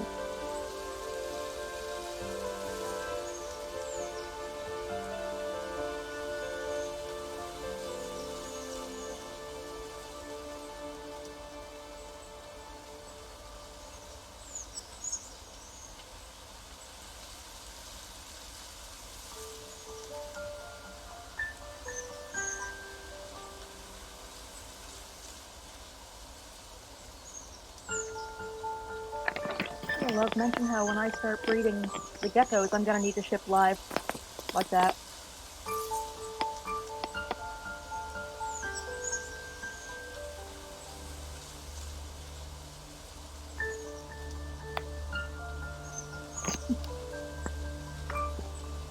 Huh? I'm gonna breed my pretty geckos. It's at-home conservation. It's all the closer I can get to working with a real zoo. New Caledonian geckos are endemic to one particular place that is New Caledonia, some of which are more common in captivity than they are in the wild. And if I can help that situation in any way, I'm gonna help it. Mostly because crested geckos, Lechianus geckos, Chowhoa, chewy geckos, Caeciliatus, and the other New Caledonian species are really freaking cool geckos. They're the classic sticky-footed ones. And it's not actually sticky, it's like they have scales on their paws, well, feet, that are so teeny tiny that they can actually interact with the surfaces of things that they walk on a, like, not microbial level, no, microscopic level. And that the resulting static cling is what lets them climb even on just glass, upside down. Also, most of them are dumber than a brick. If you startle them, they drop their tail, like thunder. Like in the wild, you'll never see a crested gecko with a tail, unless it's very young, because chances are they're gonna have a thunderstorm and it's gonna scare the bejesus out of them, and they're gonna drop that tail thinking, "Tail, save me from the thunder!" You can sneeze too hard around a crested gecko and it will drop its tail if it's flighty enough. But they're cool. They're awesome. And by the way, a lot of our favorite houseplants are native to New Caledonia too. So if you want to do some at-home conservation but you can't keep animals, do some research on New Caledonian houseplants and start keeping those. Because it is super cool. It's super fun and super cool to look into the origins of the wild counterparts to your favorite pet animals and houseplants. So I keep Norfolk Island pine trees in flower pots because they're actually native to Pine Island. You know, those little soft bristled pine trees that grocery stores and places sell in a little flower pot, oftentimes covered in stupid glitter. Yeah, those are from New Caledonia, from Pine Island. Which, another cool thing, even though all the New Caledonian geckos, like gargoyle geckos and cresties and leechies and all that, they're all like from the islands of New Caledonia, but if you go to Pine Island versus the mainland of New Caledonia, all the geckos from Pine Island are bigger. They're not separate species, they're just bigger. It is a really cool phenomena. Phenomena. Sorry, brain tangent. And I am info dumping now instead of eating my food or playing this game. But yes, I really want to get into some like at-home conservation work, maybe either with the plants or the geckos. And I definitely want to. I get emotional and get attached to my geckos and my pets. And like, I don't ever want to not have a living reminder of my favorite pet. So Like, I did this with my betas, that was why I bred them. And now, since I can't keep fish in my house because of how bad the city's tap water is, I keep reptiles that I can just spritz down with bottled water, and I'm determined to eventually have babies of my favorite gecko that I have very carefully selected for, good strong genetics and a strong body form. And he's brave, he doesn't want to drop his tail, which is another good thing. I don't think personality is really genetic, but who knows, if it helps, I'll work with it. But yeah, if certain states ban the shipping of animals in or out, that's gonna suck for any projects like that. Not just for me, but for other people who have similar ideas that want to, work with a particular species to better it. Or who are just emotional saps like me. Which, don't worry, if I do breed the geckos for emotional reasons, it's not going to be that big a deal because I won't get overwhelmed.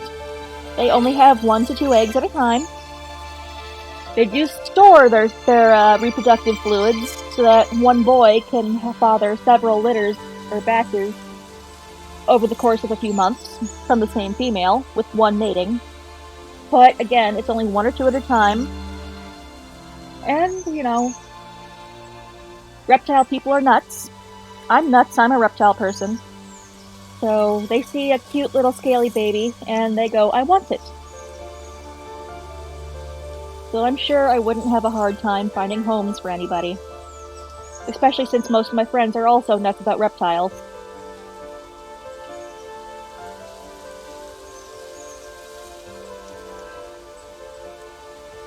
I just love watching a baby animal grow up and seeing it look more and more like its parents, and I love being able to play that little mom/god figure.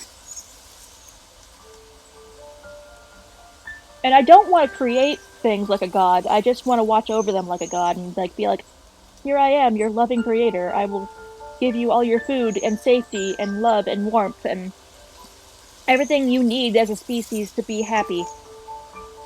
Although reptiles, I don't think crested geckos are smart enough to understand love and affection. I think they don't have enough thinky bits in their smooth little brain. I think crested geckos are more of a, I am content because I am warm enough, I'm not overheating, I have lots of places to hide, the air is moist, and there's a live bug in front of my nose. And I have plenty of fruit to pick at later. There's a lot of geckos don't actually enjoy being held or fussed with. They're just really neat to watch. And you can acclimate them to associating you with good things like food, so they will come over to you expecting food, and get kind of demanding when they don't get it. But even though that's not affection, I'm still happy with it. Again, here I am still info dumping about reptiles instead of actually playing the gosh dang game. Well, if anyone's still watching, which I doubt it, I am sorry. Let's get back to exploring this beautiful woodland. Like subtropical. Unless that's just supposed to be a sumac tree. It's not built like a sumac tree though. Sumac trees would have palm-like fronds like these, except there wouldn't be any at the bottom of the tree. Sumacs get long and tall. They don't have branches that do that. Sometimes they get a little bushy, but again... What a mac... Oh hey! I must be in my hometown! My current hometown! Because here's a dirty mattress laying in the woods surrounded by empty cans. There's one of these behind the local veterinarian's office, on the hill behind it. I know because kids used to pee on it. instead of going home to use the restroom.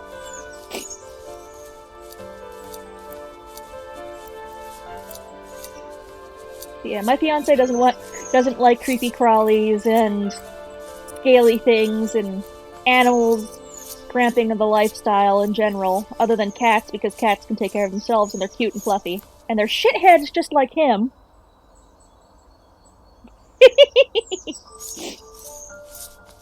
But he's not really a rodent or reptile fan. And he knows I tend to want to always delve into the breeding end of interesting animals. In terms of building up a population and keeping some for myself and stuff like that. So I think he's mostly just against the breeding thing because he's afraid I'm gonna go too headlong into it. And then we'll have lizards out the wazoo. I did do that with fish, but again, betas are much more prolific breeders. Did you know that a beta can lay up to 1,000 eggs? They lay hundreds of thousands of eggs in a single mating. And if all of those survive, or even half of them survive, you're still going to have a lot of fish to deal with. And betas have to be individually housed if they're male. If they're female, it depends on the individual fish, if she's a bitch or not. You think humans are the only race that can have a Karen? Betas can definitely have Karens. Except a beta fish Karen won't just speak to the manager, she'll go up and she'll beat the manager up. Good thing that betas are only like an inch or two. But yeah, I had a lot of fish at one point. Because again, betas, you can't really breed them from an emotional standpoint, because you'll think, oh, I'm just gonna keep my favorite. Well, then what do you do with the other 25 to 30 to 40 to 100 that you have? Because if you have good two fish that are good parents, they're gonna take really good care of their babies, and then you're gonna end up with more fish than you can handle. And a lot of times, if you're not careful with the temperatures during the nesting phase in your water, you're gonna have a lot of boys, and because a lot of egg-bearing creatures, temperature during incubation influences the gender ratio of the babies. And I think if the water's too warm, you get a lot of boys. Well, I had that mistake happen, and I had a lot of males, and I was desperately trying to seek homes for them, and unfortunately in my area, the rednecks that populate the area see you trying to sell a fish for $5 and go, why? You could just go to the county fair and get one for 25 cents from the hat game. Or you could just go to PetSmart and get them for a nickel. I'm sorry, but these are not goldfish. These are things that I put a lot of time and love into. Besides, since when have you seen a neon green and blue goldfish with pretty red fins and like a double tail and... oh, so pretty.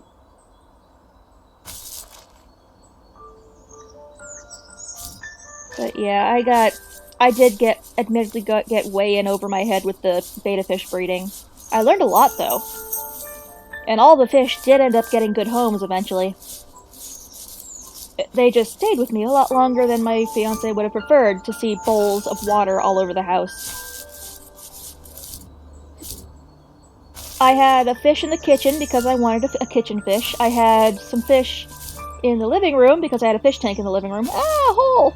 Oh, am I stuck? Am I stuck? I better not be stuck. Oh, no. Oh, here we go. Yeah, I had a fish tank in the living room that I kept all my females in that were friendly enough to live together. I kept several fish tanks upstairs in the bedroom. And I even had a fish in the bathroom to sit and stare at while I pooped. Which, that poor fish.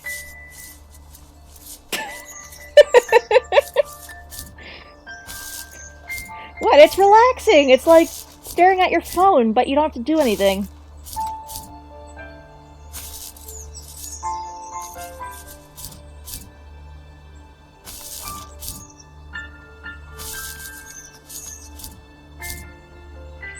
But yeah, I had fish tanks freaking everywhere. Oh, I didn't turn to look if there were any shinies to catch up there. No, there weren't.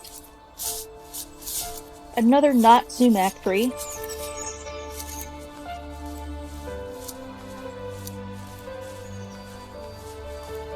Oh?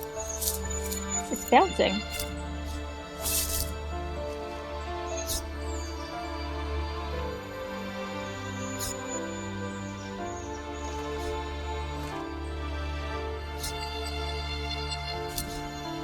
What am I supposed to do with it?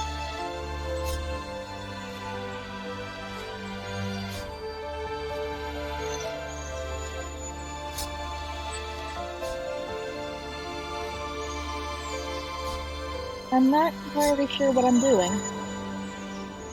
Oh. Okay.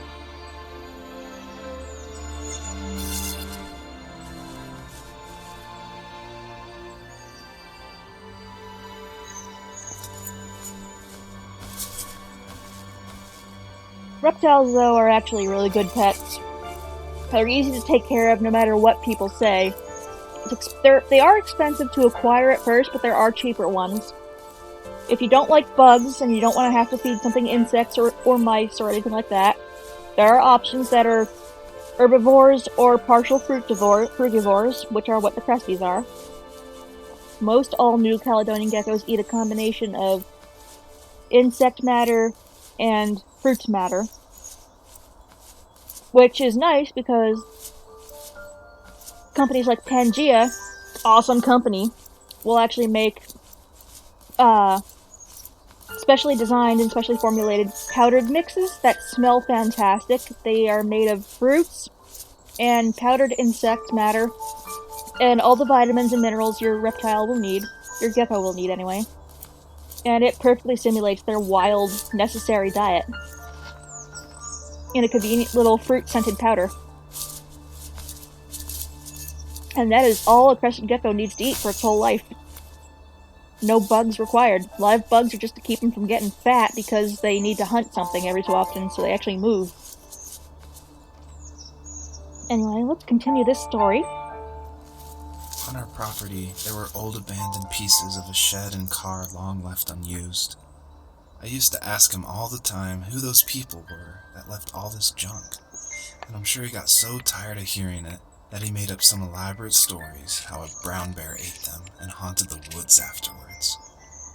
What's funny is I think it made those people seem more real.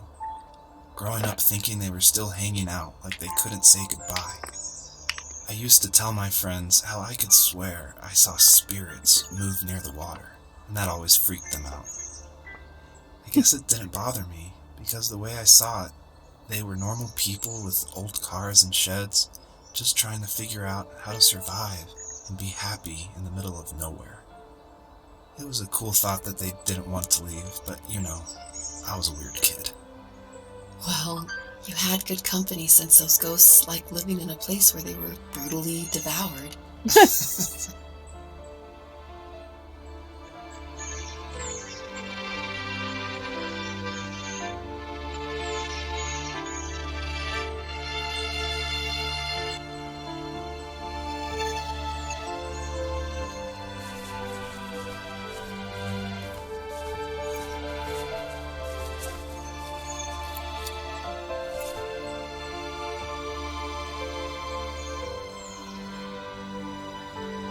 Oh, there's some papers in there.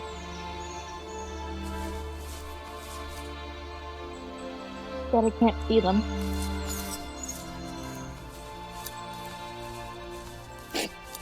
Oh, there's another point over there to explore.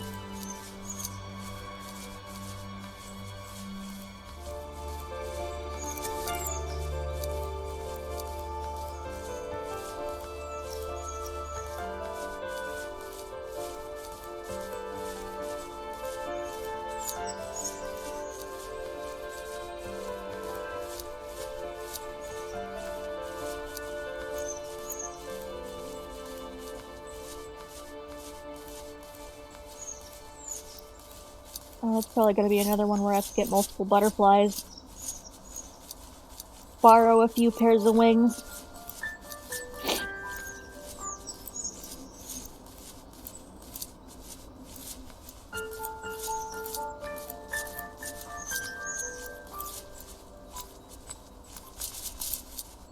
Hmm.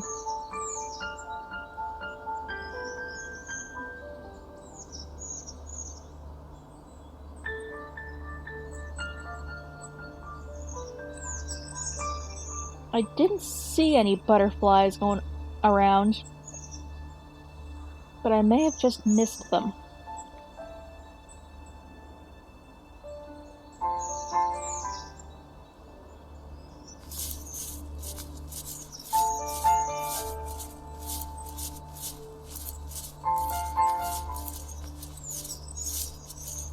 Wait, wasn't I already over here? Oh, yeah, I was already over here, I think.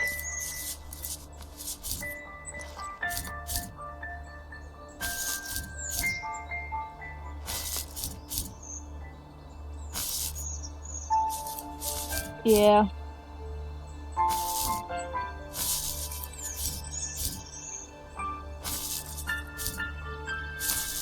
Did I just not get this the last time I was up here? Or was that when I was ranting so much that I wasn't paying attention to what I was doing?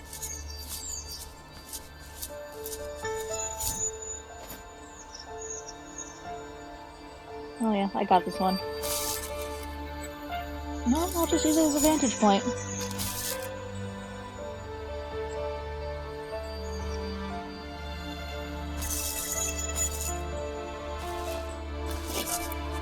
I don't know that I went this direction yet, so I'm gonna go this direction.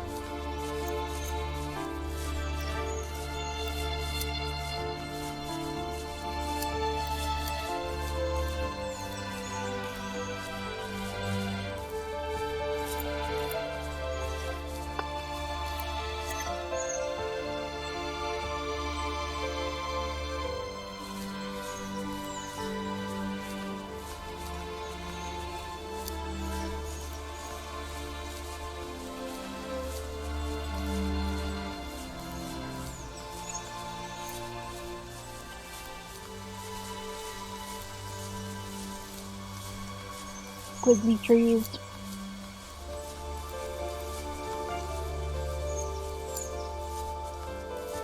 There's a rock. Oh, there's something over there. Oh wait, was that a pizza box? Oh no, it's like for designing houses.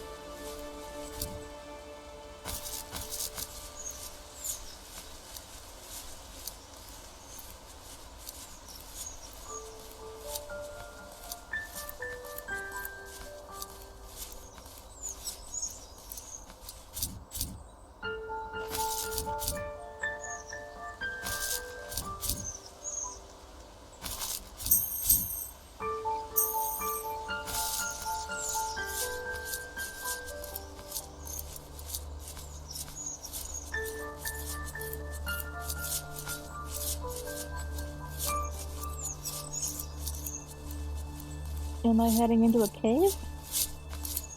Or is this just dark rock?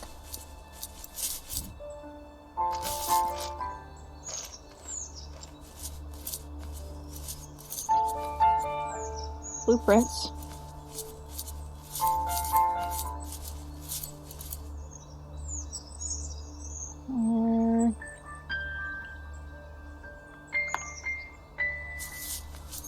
I'm finding more story-related things.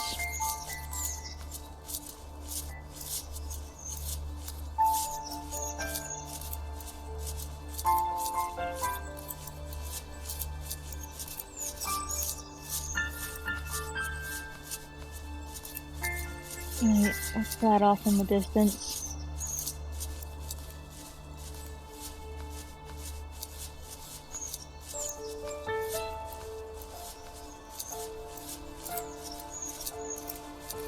I guess I go that way.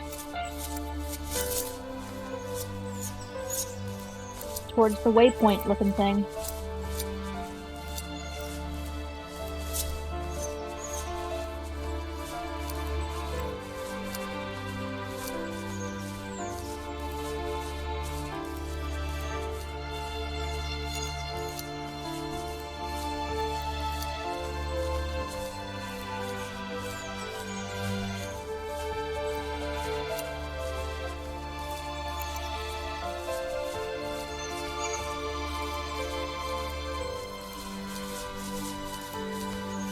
Am I supposed to go to that tree?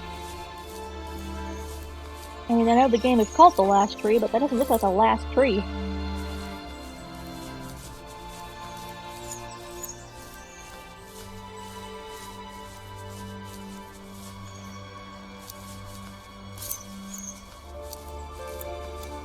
Oh, I was already over there. That's just a point of light coming from that rock that I was on. Okay, well, I'll go this way instead.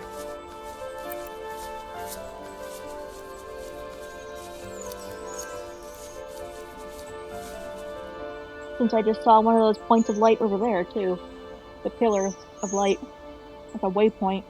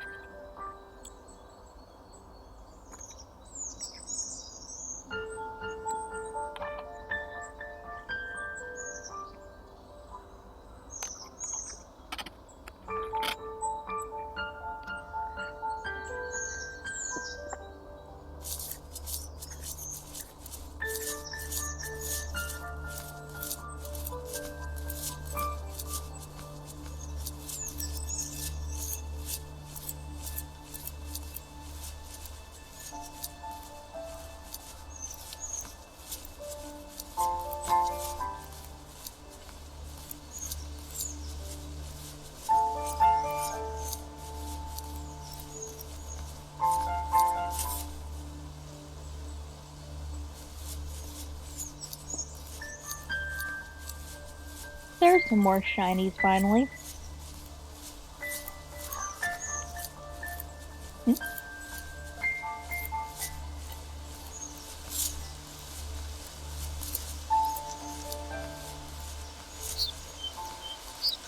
Aha, more plots.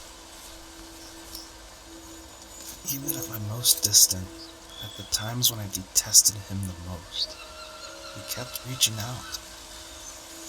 For a year straight, he asked me every week when we were going camping. I thought he was just dense. Eventually, to shut him up, I agreed. We carried out the worn lawn chairs from the garage and set up a cinder block campfire at the site we'd always used behind the house. We walked down the mountain path, talking in the warm sunshine we only got a couple months of the year. Those 3 obsidian rocks shimmered alongside the shore, almost like sparklers pressed against a dark window. I'll never forget that wet stone on my feet, or how those massive mountains looked even bigger in the lake's reflection. I felt small, but grateful. As the sun set, my dad found something I hadn't seen for a long time. The tree where I'd made my first carving when I was 6. I hadn't even carved it. My dad had helped me, but I still called it my tree. Something about seeing my name there made me open up, and we talked about everything that night in that old camouflage tent. I told him how much I loved sketching and design, and how it would be a dream to study architecture in Seattle. I told him how I didn't get along with my friends much anymore, but that I didn't mind being alone. He told me he was there for me, and he joked that if all he had to do was write my name on a tree to finally get me to talk, he would have left me carved logs with novels on them in front of my room every morning. I don't know why it took me that long to realize it, but it was then I knew how much he had sacrificed for me.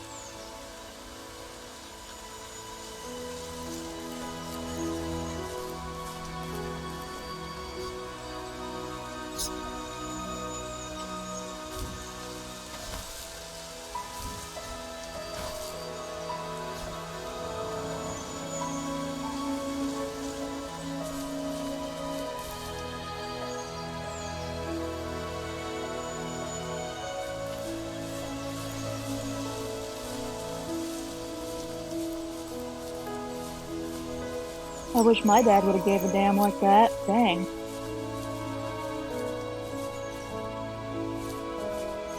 Before I go for the brambles, I'm gonna go for this point of light.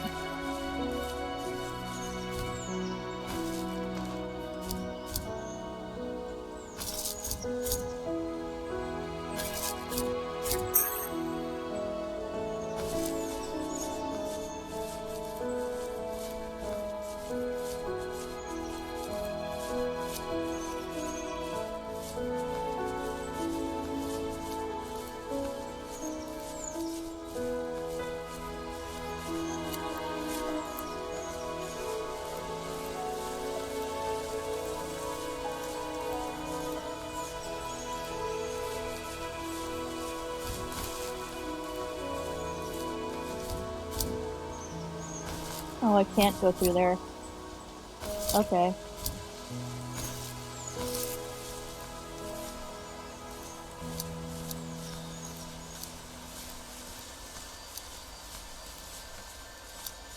Does this tree actually have his name carved on it? Oh yeah, it does. It's Joseph.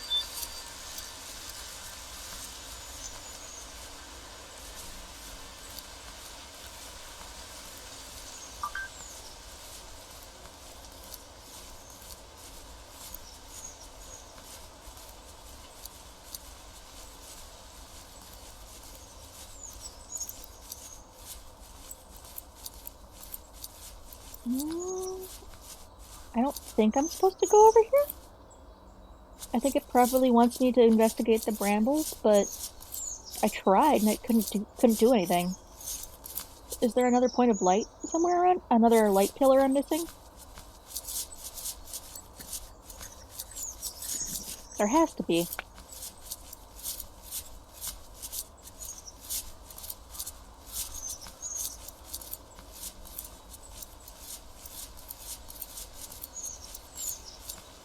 Wait, I see a shiny thing. What a suitcase?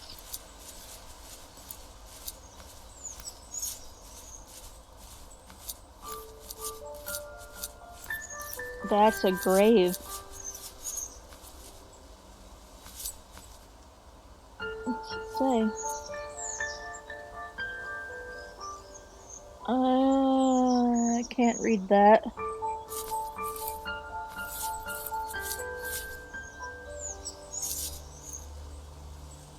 I wonder what the grave symbolizes.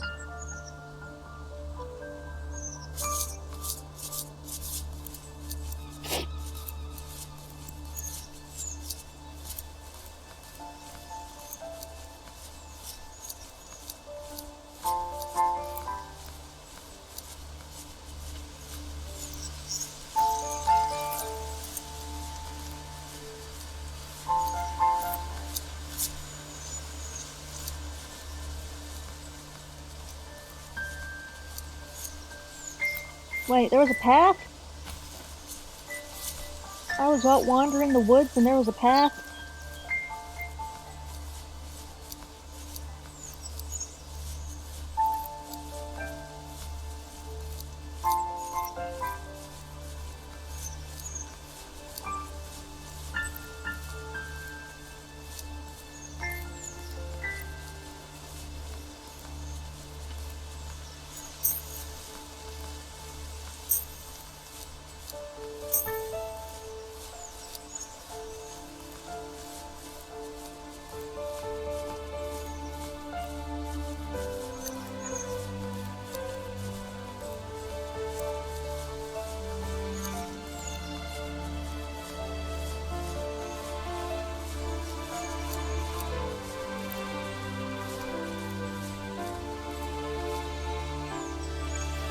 My dad built a lot of stuff in his free time.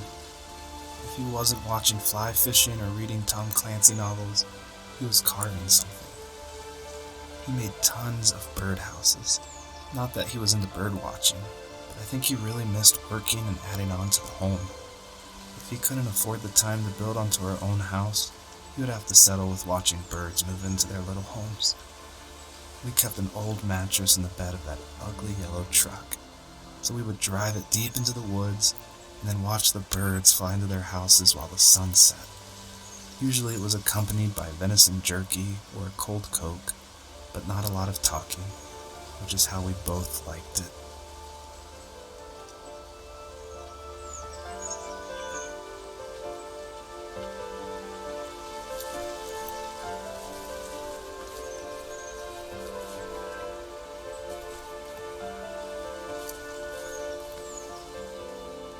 Okay, so I think I already got that one. Then I need to keep going this way, I think.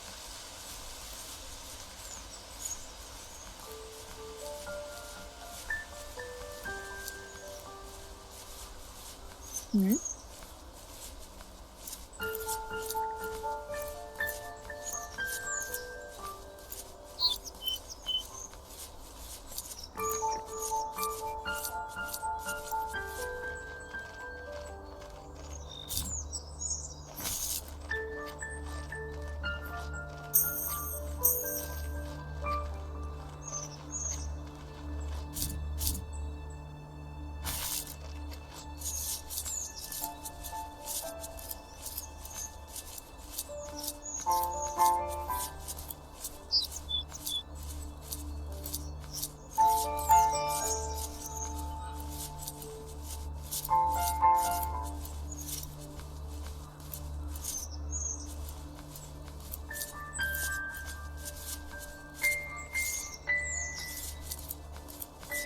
An Etch-a-Sketch.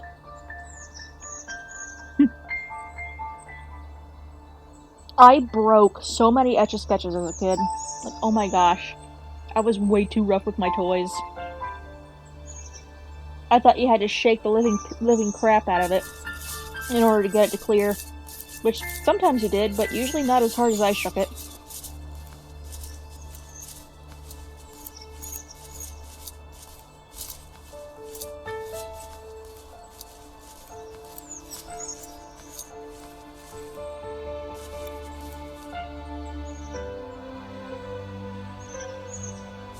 For a moment there, that bush in the distance looked like it had another fox crawling around behind it.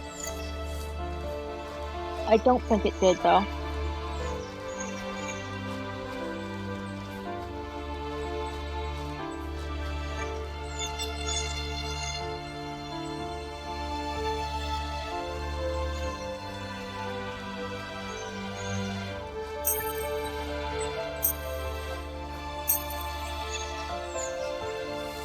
We were happiest underneath the evergreens.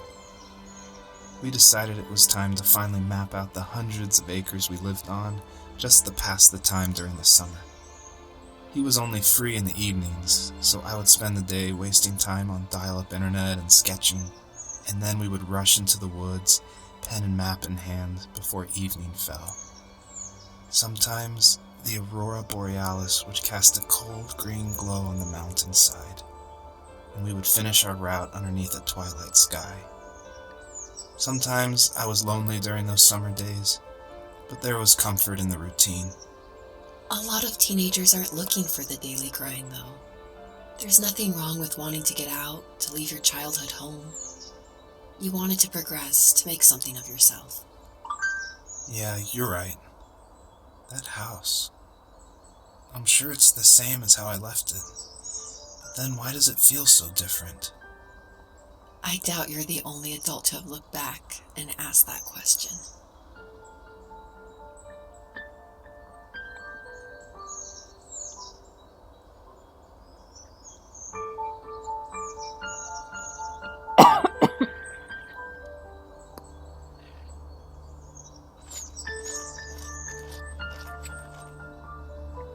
Do I climb this? Maybe?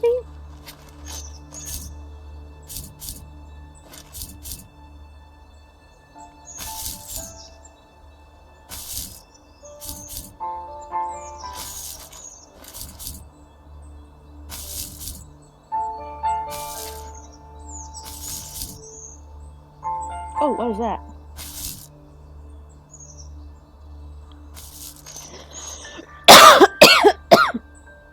Ugh.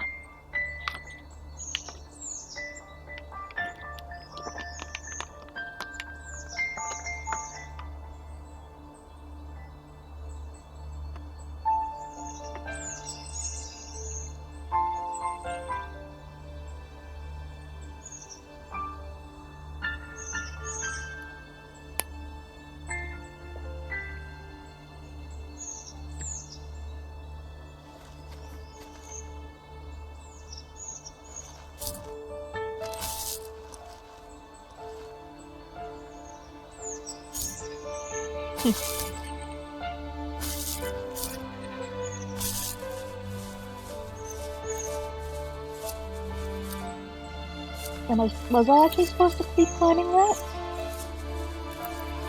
I have no idea.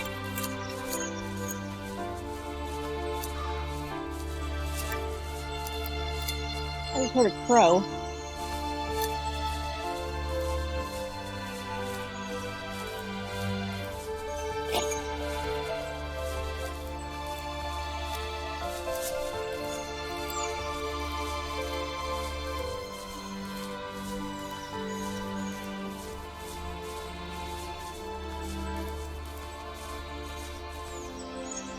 Boombox.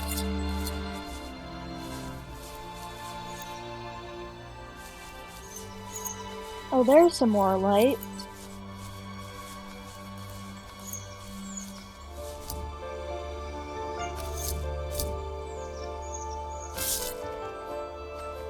Oh, and one of those.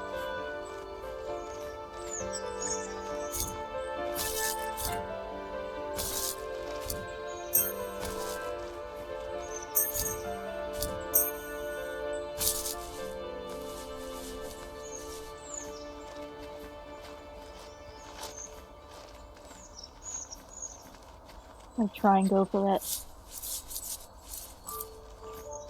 other waypoint. Oh, if I can. Oh, maybe I have to go around behind.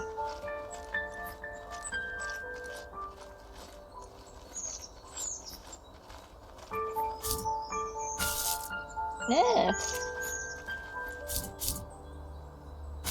Why do these rocks all look burnt?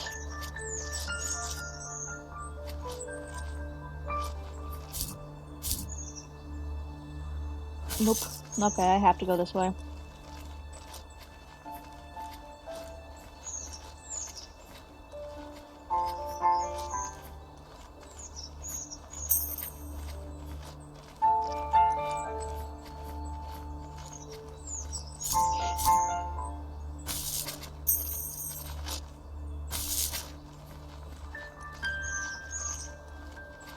This almost looks like a lava flow, but an old one.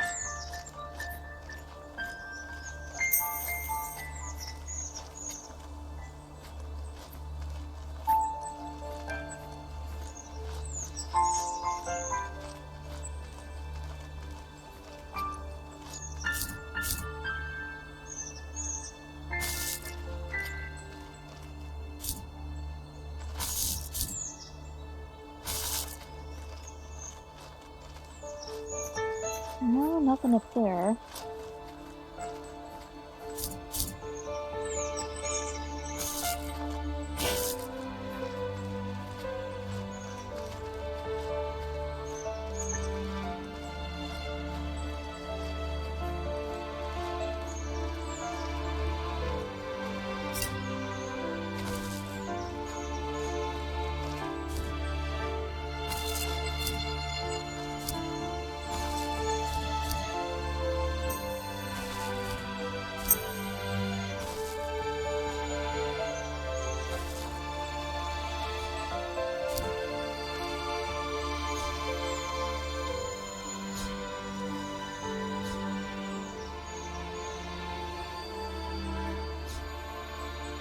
If I could get up there correctly.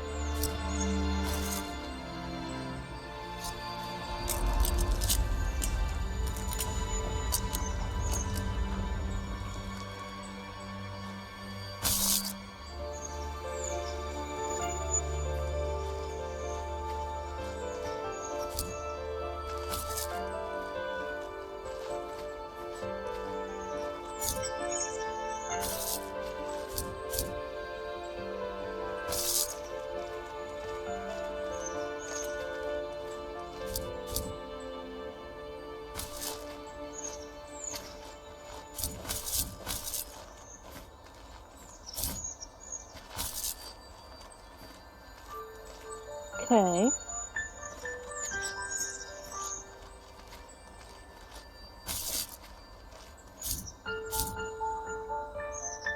Nope, I don't go that way.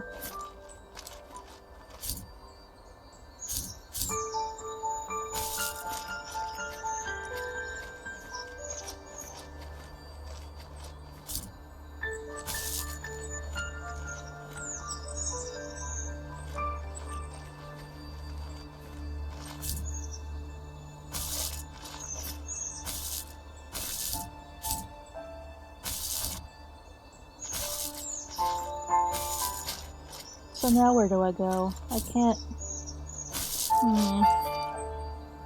Maybe I was supposed to find a way to jump over that?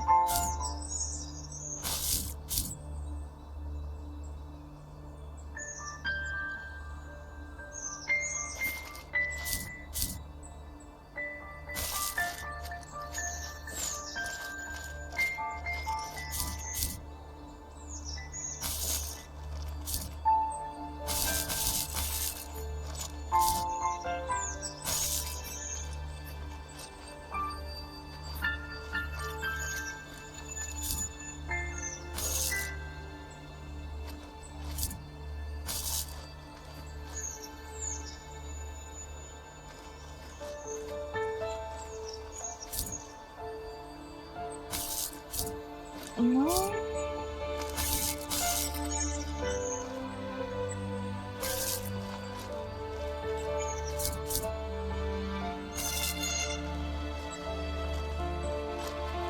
I really don't know what I'm supposed to do now.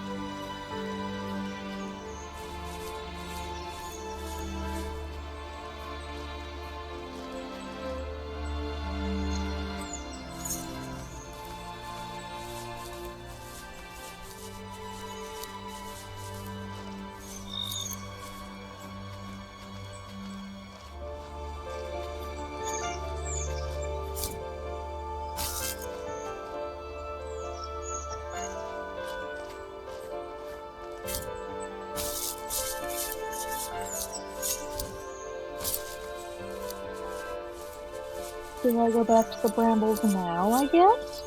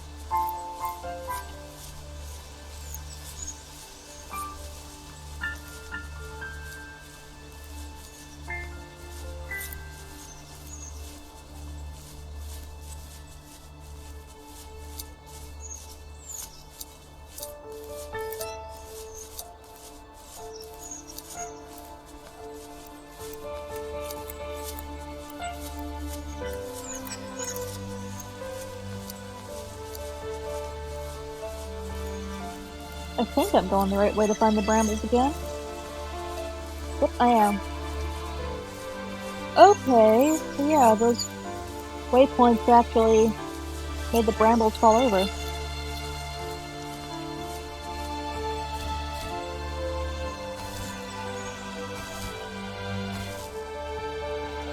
I want it!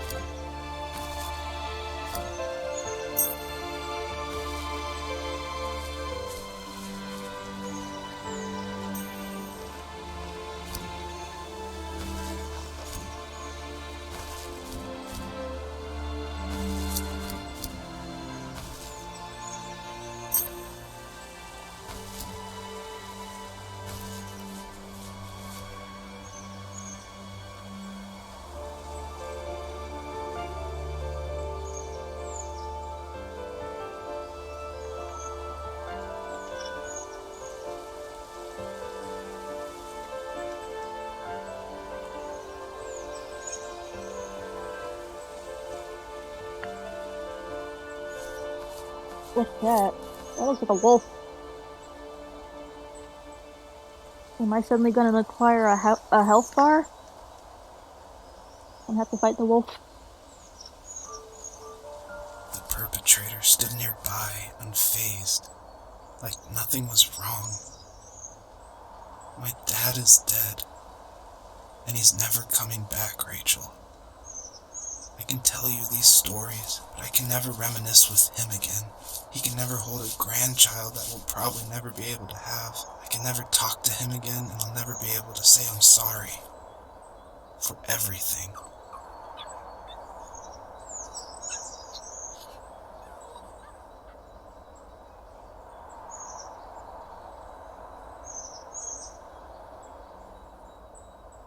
Aww. I had a feeling that's where this was going.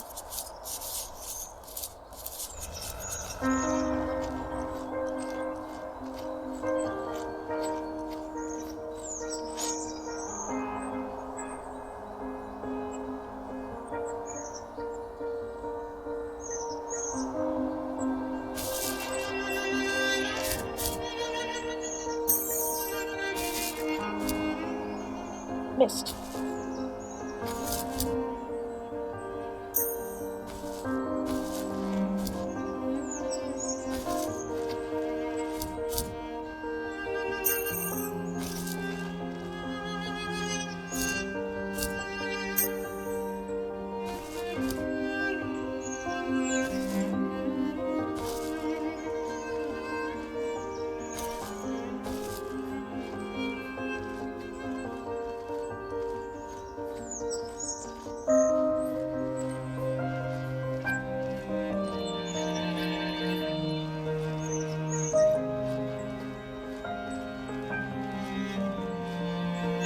Why is the girlfriend's name always Rachel?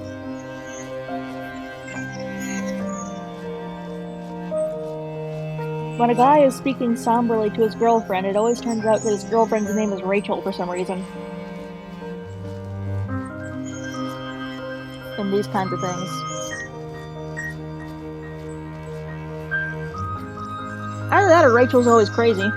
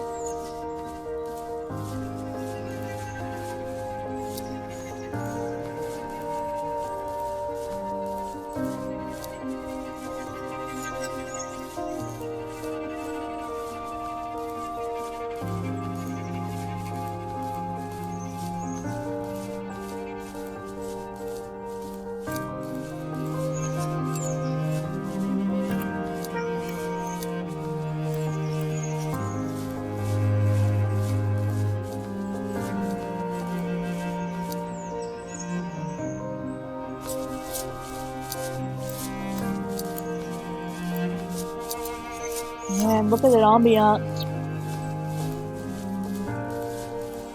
The ambience in this is just wow.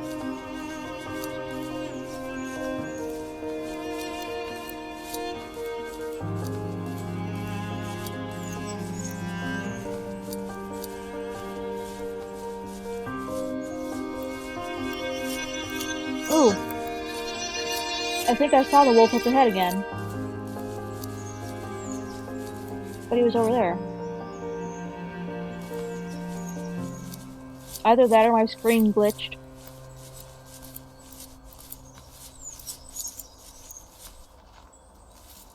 I need to go to bed. I just can't talk about this anymore. Good night.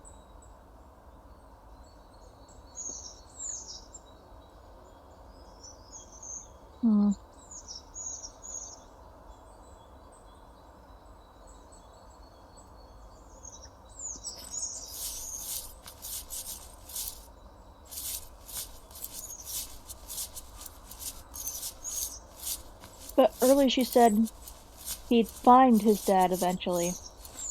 So is he dead by assumption, or is he dead for sure?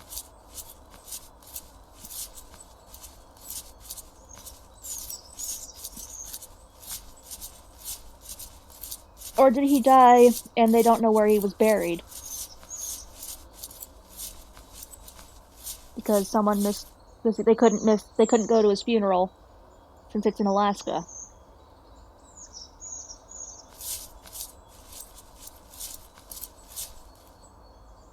Is that what the tombstone was? Ooh, I'm getting really itchy. I'm actually mildly allergic to peppers and tomatoes, so me eating a spaghetti dinner was probably a bad idea. But I don't care, because it's delicious, and I have Benadryl. Do not be like me. take your own food allergies seriously.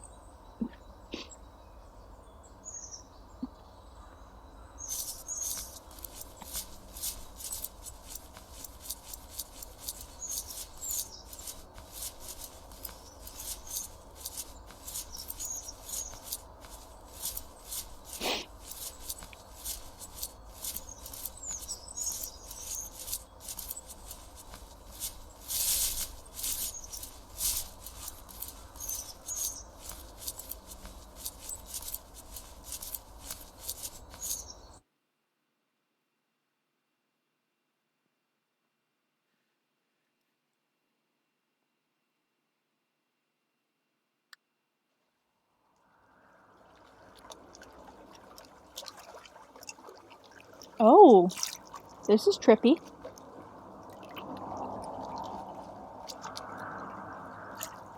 Joseph, you can't go to sleep feeling like this.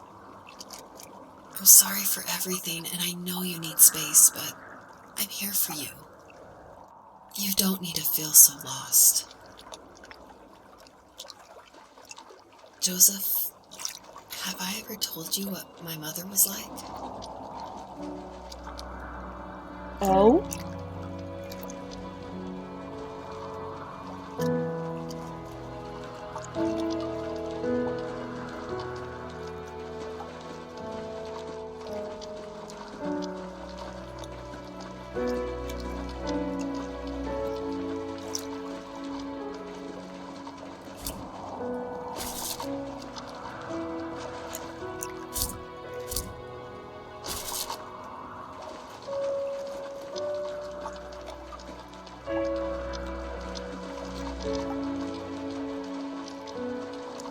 You know what it's like not to have a mom at home. And you know how hard that made my childhood. What helped me was watching the birds in the morning before the school bus came. I thought that my mother was one of those birds, and it made me want to be free like her. My mom taught me how to fold origami cranes while she was in the hospital. So I told myself I would fold one every day until I could fly myself.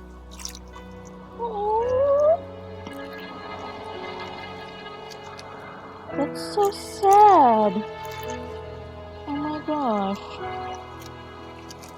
Is this gonna be one of those games that makes me cry? This might end up being one of those games that makes me cry.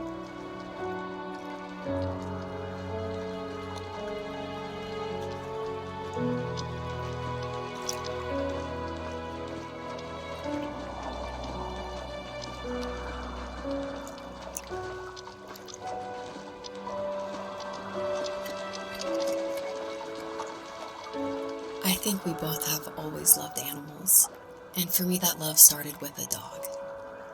Sometimes this Rottweiler would come up to our property line and wait at the fence for me, but only once in a while. I was sure to check every day immediately after school, and it usually ended in disappointment. I would even steal money from my passed-out dad just so I could buy these off-brand dog biscuits. Even when she did stop by, she never went beyond the fence. Why was she so scared?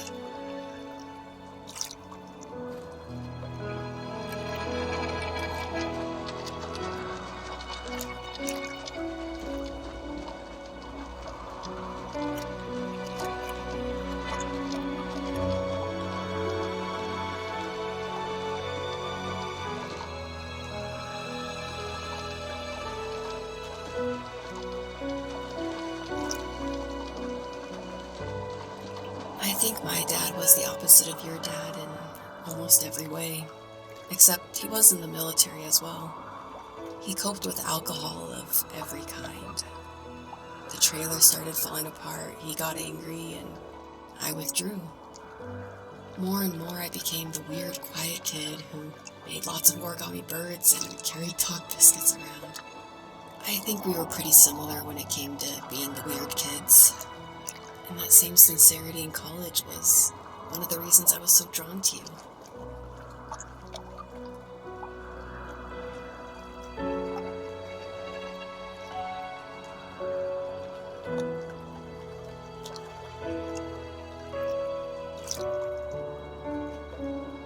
This is hitting a little close to home with the bad dad. Luckily, I still have my mom.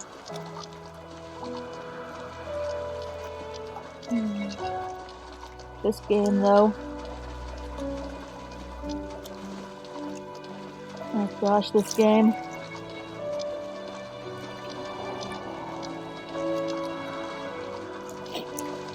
The pier is so pretty. It's like the Harry Potter deal. Life got worse and worse.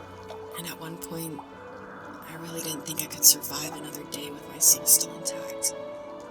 I had no real friends, let alone neighbors, since we lived in the middle of nowhere. I should have talked to my teacher, but I was scared what he would do if he found out. As I waited for the school bus one morning, I walked around until I found something in an abandoned shed. Something I can't put into words. I hope she's not going to say that she found her Rottweiler hit by a car or something. So this game's already really sad.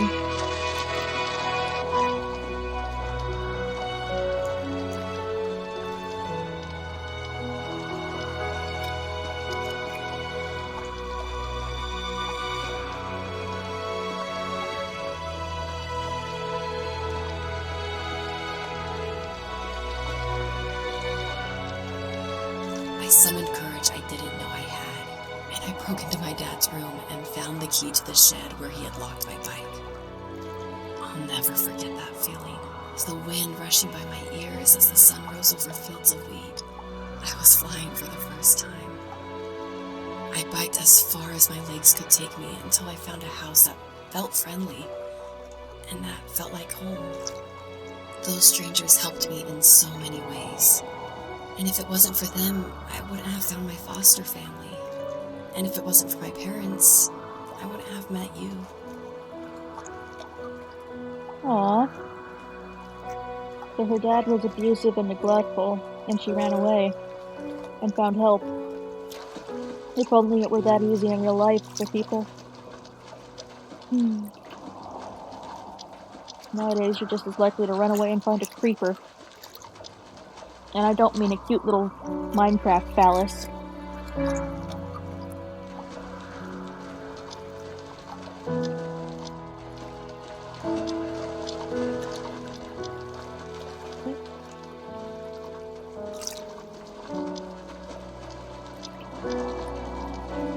You have strength, Joseph, and you're not as alone as you think.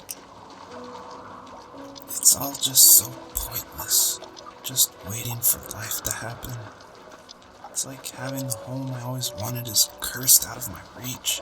The thought of being a parent myself. How could I do that when I couldn't even be a good son? I'm sorry. I know what you're saying. I just don't know how things will work out. These quiet hours will turn into years. We'll wonder which roads passed us by. Then we'll forge a new road together.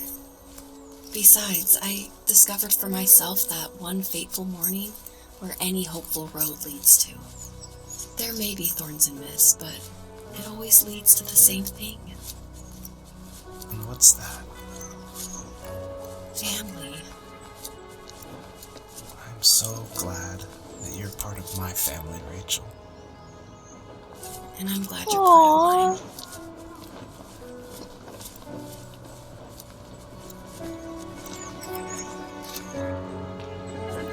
I am actually gonna cry.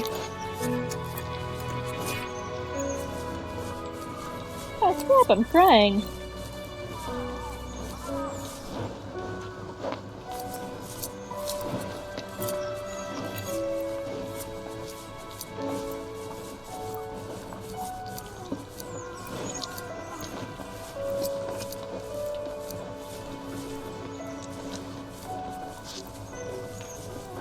Hi.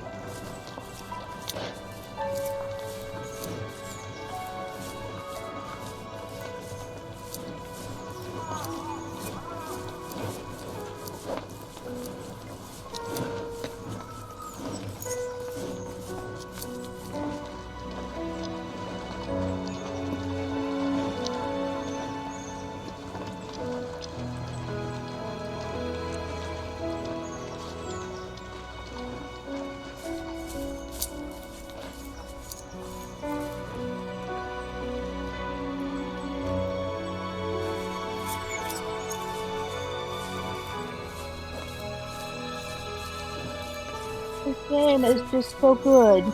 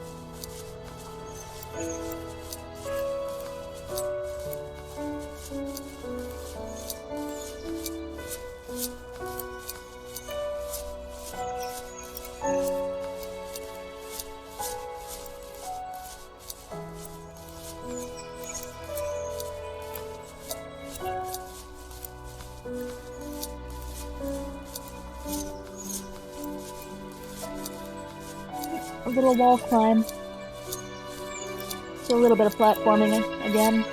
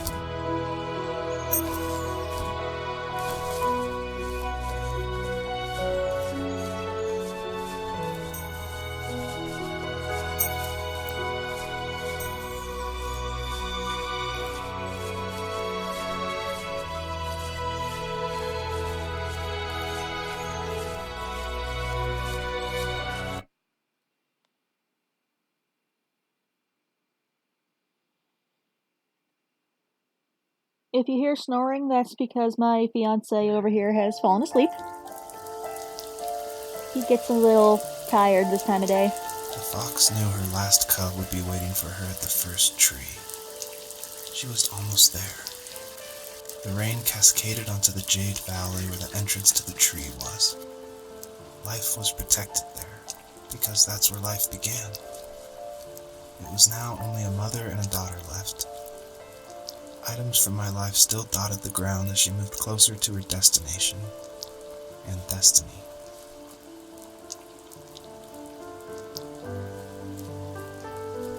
So now this place in his dream has a name?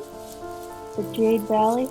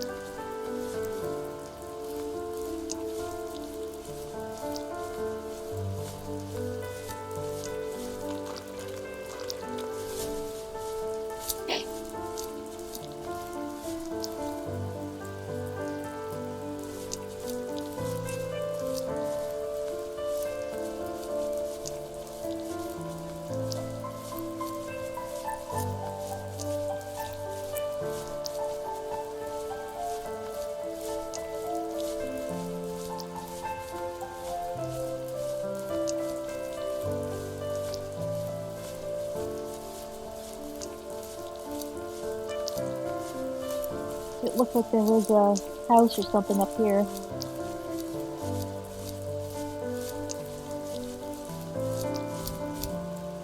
Oh, it's over there.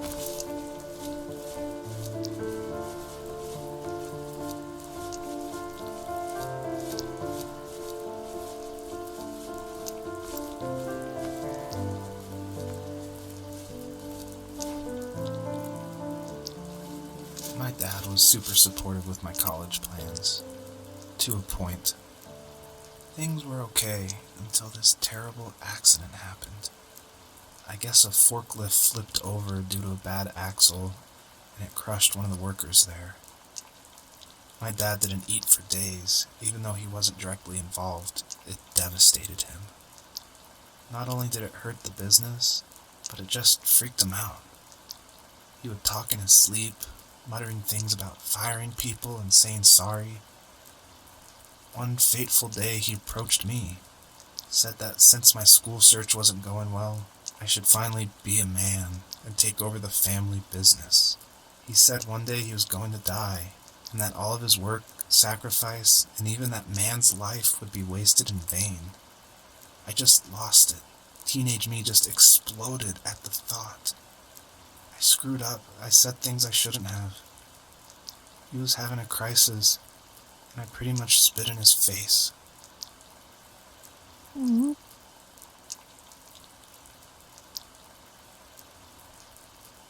Oh yeah, local man killed.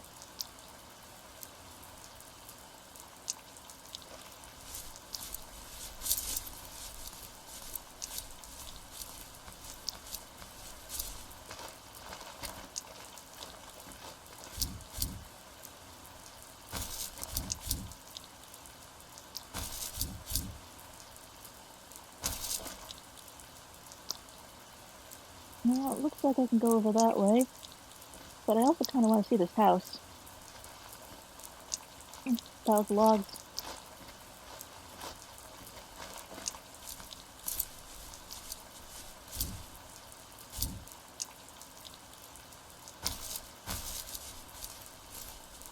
And a log trimmer.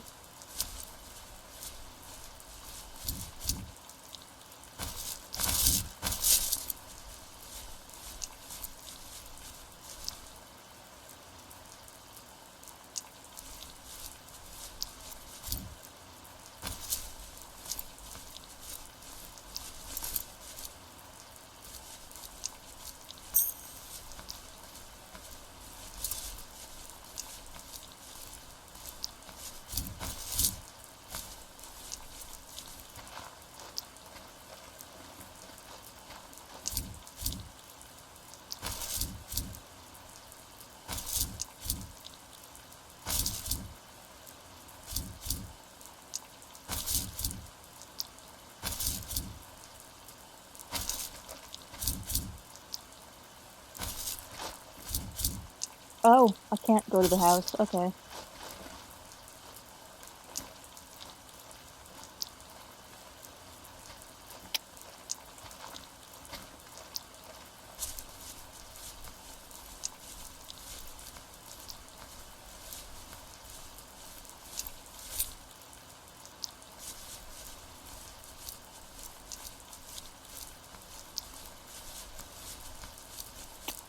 It would help if I didn't run into a bush.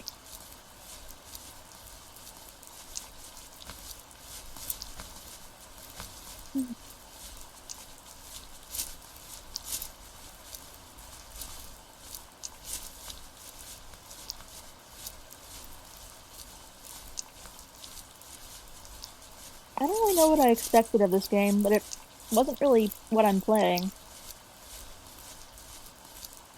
Like, I didn't realize there'd be, like, a deep emotional subplot, or, well, primary plot in general. I thought it was just gonna be, like, an animal roaming around post-apocalypse, where nature took over the planet again. This is actually really emotional. Oh no.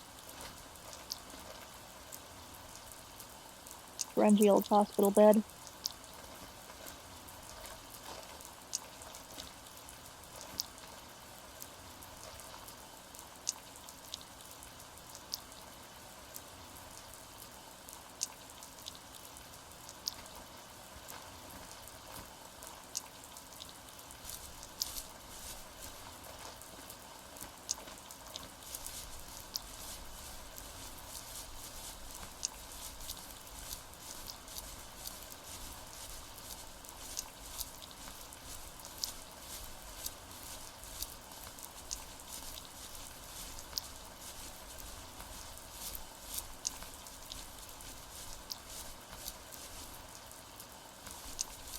What's that?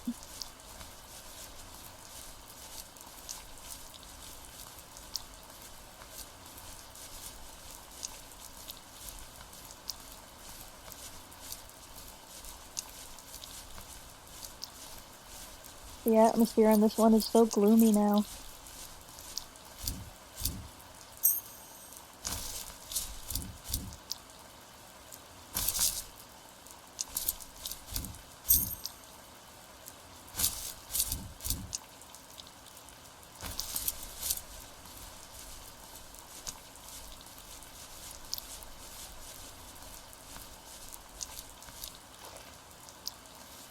Was that the last time you talked to him? No, I called on holidays, and he would call on my birthday. I guess we acted like nothing ever happened, which was stupid. Didn't want to ask about his lumberyard, and I'm sure he didn't want to ask about my job search. I never went back and visited. I think the last conversation we had was about what movies we had seen and what exactly a best boy is in the credits. I thought he would be here so much longer.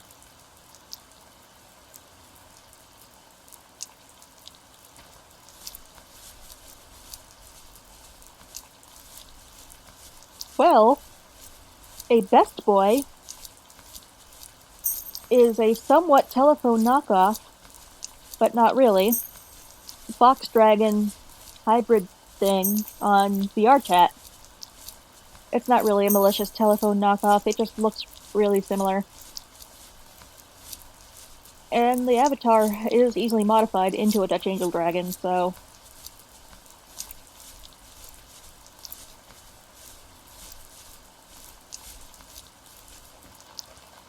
Shit. Oh no. In the distance, the first tree illuminated the wasteland. She couldn't go home anymore. She did the only thing she was capable of. Moving forward. My dad died alone in the middle of the wilderness. I should have been talking to him more. I should have done a lot of things differently. If the first tree on Earth brought life with it, if it taught the birds to sing and fly and showed saplings how to grow, what could it do for us?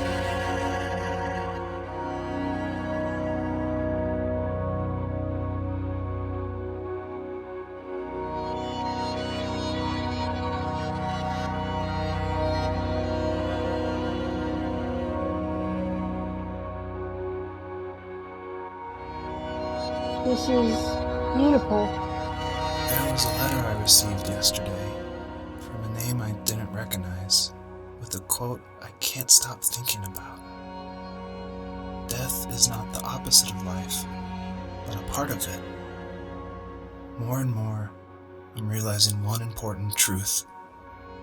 Each of us have our own journey to the first tree. But sometimes I'm not sure I'm ready to take that first step. You already have my love.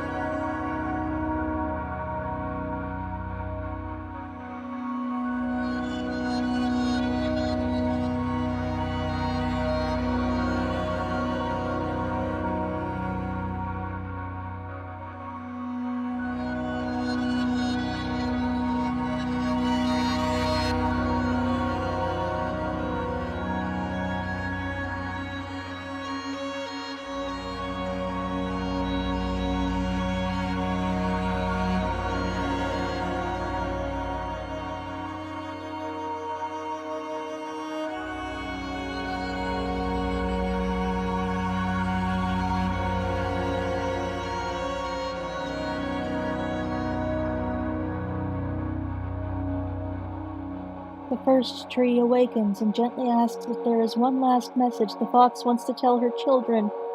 Oh no. She looks back and says, "Type your answer here."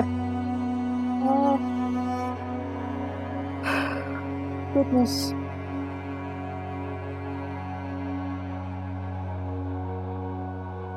Oh my goodness, what do I do? What do I say?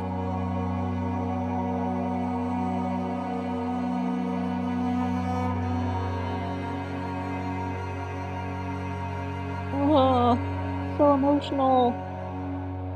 I don't know what to say here.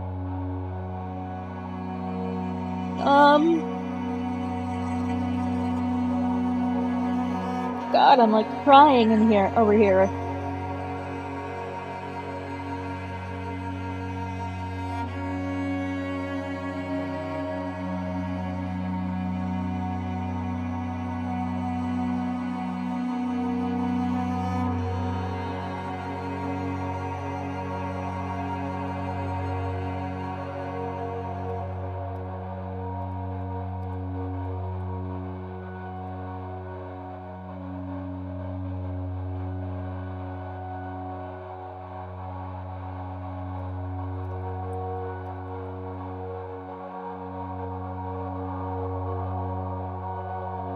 Oh!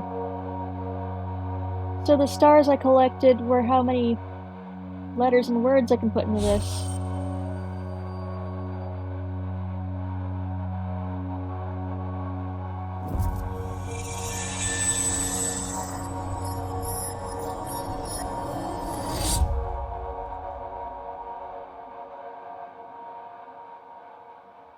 I guess her journey was over, but I have no idea. It was only a dream, a distraction from tomorrow. I don't think dreams normally bring back to memory so many important feelings.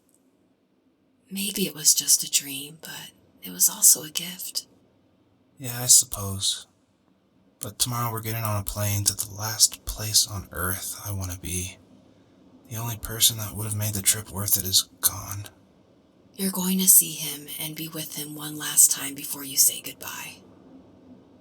I have one last quote for you by Emerson, sealed in an imaginary letter from me to you. It is the secret of the world that all things subsist and do not die, but only retire a little from sight and afterward return again. Go to sleep, my love. We have a big day tomorrow, but I'll be there with you every step of the way. Thank you. Thanks for listening. Good night, Rachel. Good night, Joseph.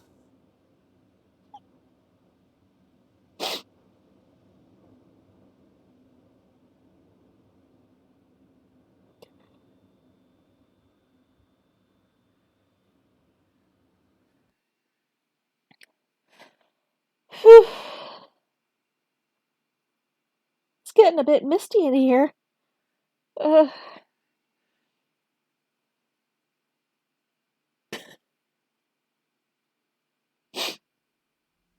oh, goodness.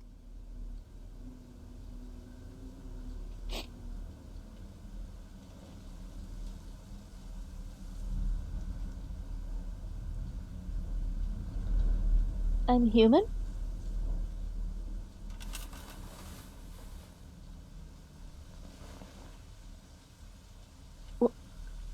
I'm a human now? Wait. Well, there's Rachel. And a photo of deer.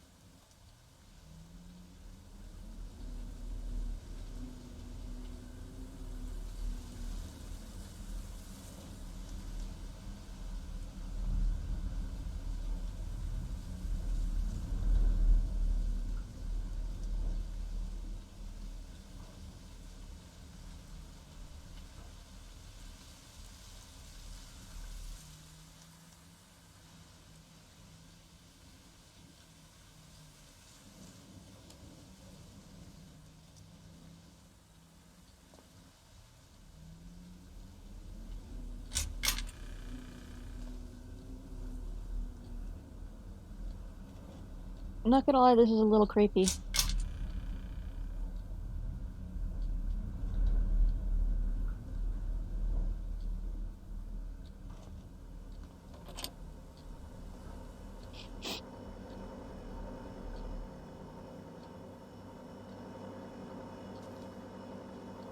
Looks like we got a home in Alaska.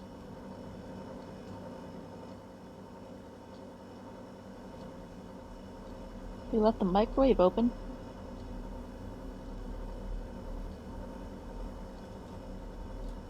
Oh yeah! Silly rabbit, bricks are for kids and puppies.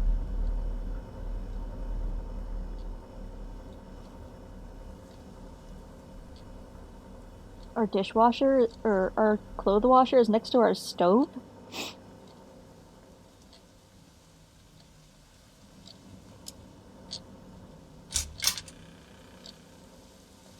We had a baby? Oh, we had a kid.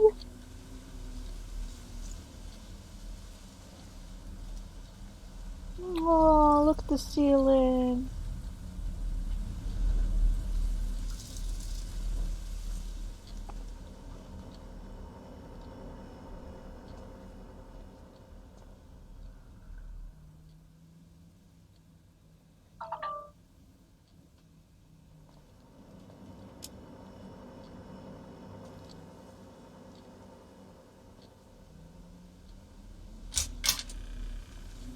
We have 2 sinks in our bathroom? What the heck?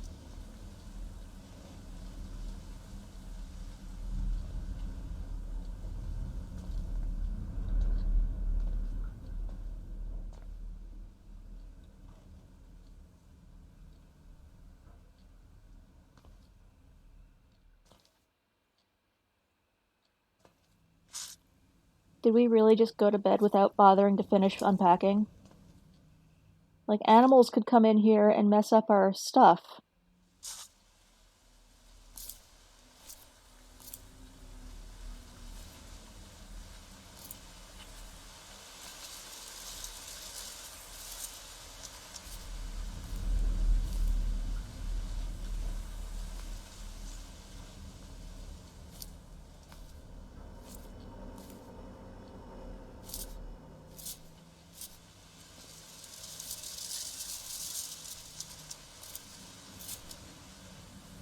It's the baby's room.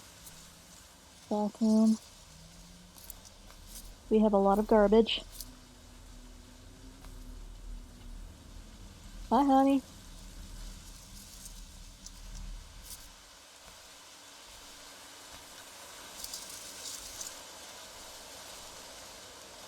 broken swing.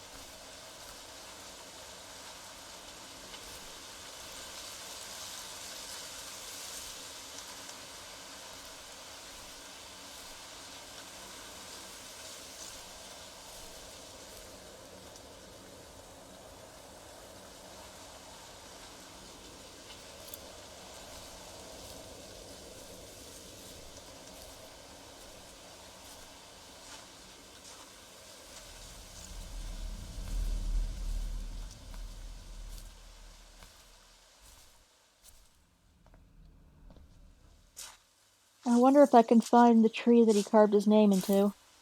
Or if this is a different house.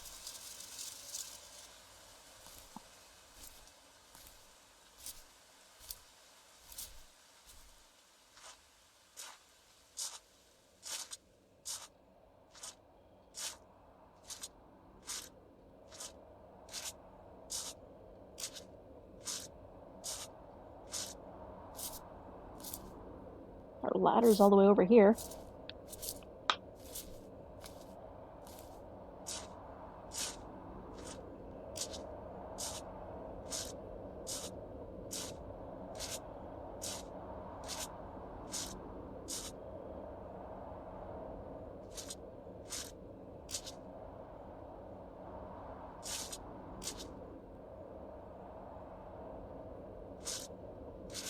Am I supposed to check my mail?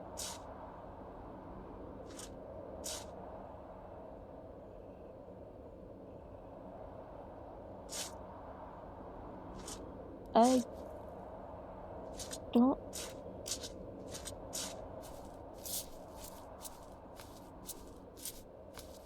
I thought this was the end of the game, but possibly not?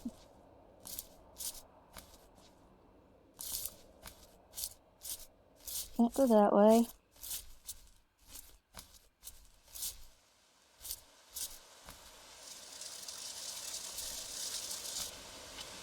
Can't go that way.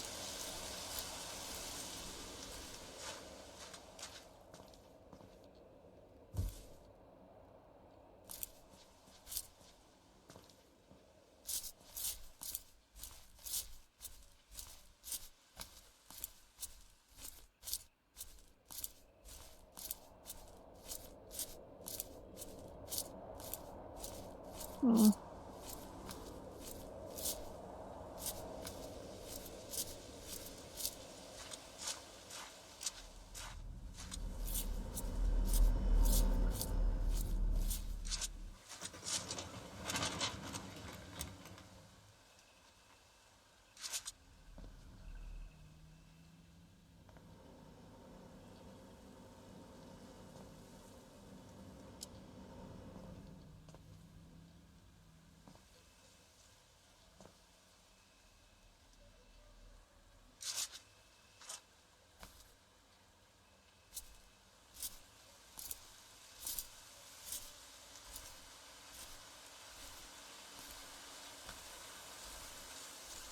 Am I gonna go down the hill here and find a fox watching me?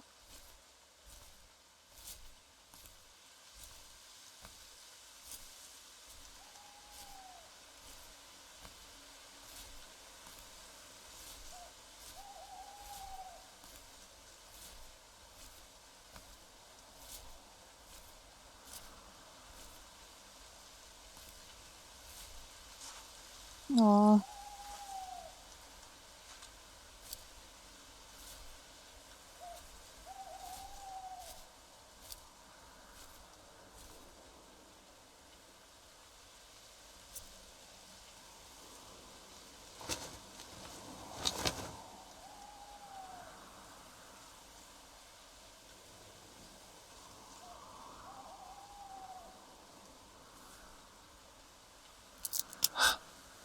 What the hell?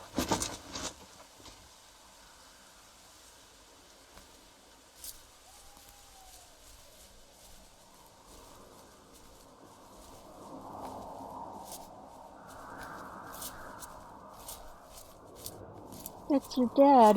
Aww.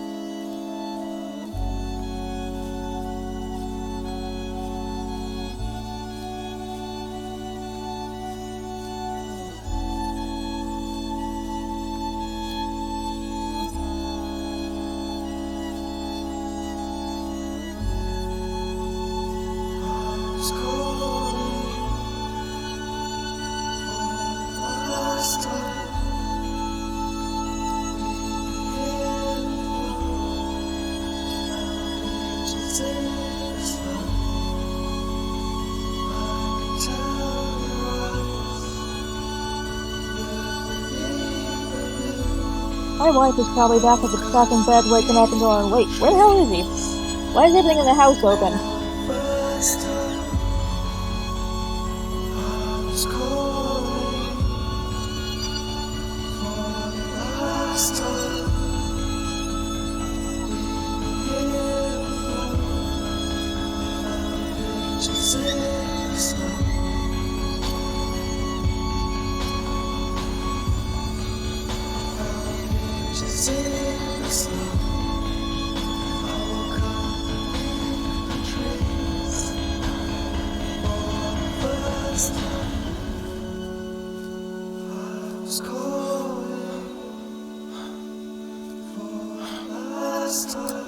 What is this?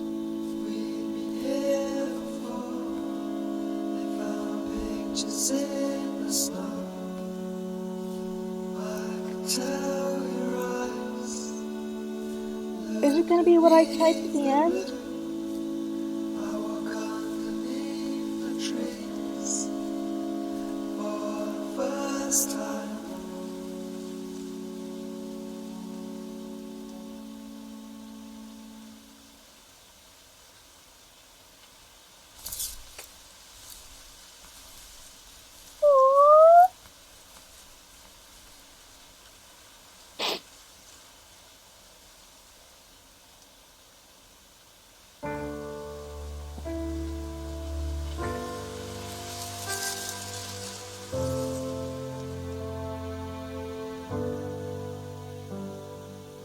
That was so good! Oh my gosh!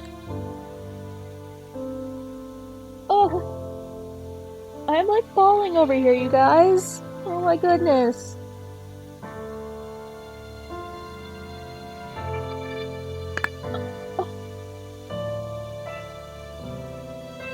That was beautiful.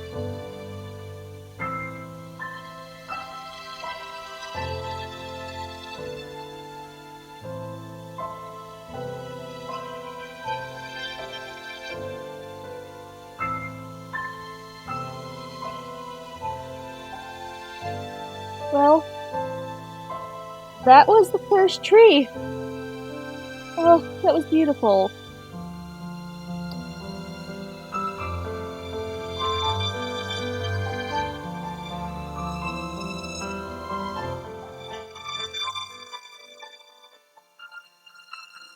So I'm really glad to have shared that with you guys, and I'm really glad to have experienced that game. Oh my goodness.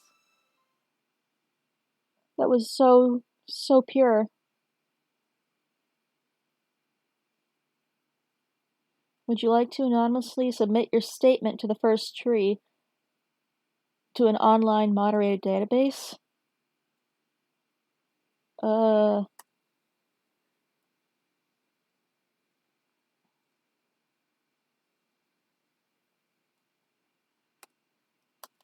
I have lost my mouse, apparently?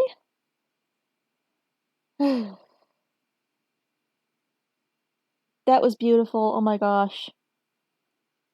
That was such an emotional journey and so just gorgeous. Ugh. Well, oh goodness, that was a long stream. Well, thanks for watching, guys, and ugh, that was too good. I guess I'll see you guys next weekend then. Saturdays I do artwork, sometimes by request. So, if you have ideas for things you'd like to see me doodle up, on Saturdays, hop onto my stream around 2 p.m. and Eastern Time and throw some drawing ideas into the chat at me. And then every Sunday I'm gonna do another video game stream, possibly a cooking stream, whatever I feel like doing on Saturdays. So I guess since I finished this one, I'm gonna have to think about what I'm playing next gaming stream. Maybe sometime this week I'll just let loose and do some Beat Saber. Either way. Yeah, so I'm Spuzzle. Thanks for watching me do things. And, see you later.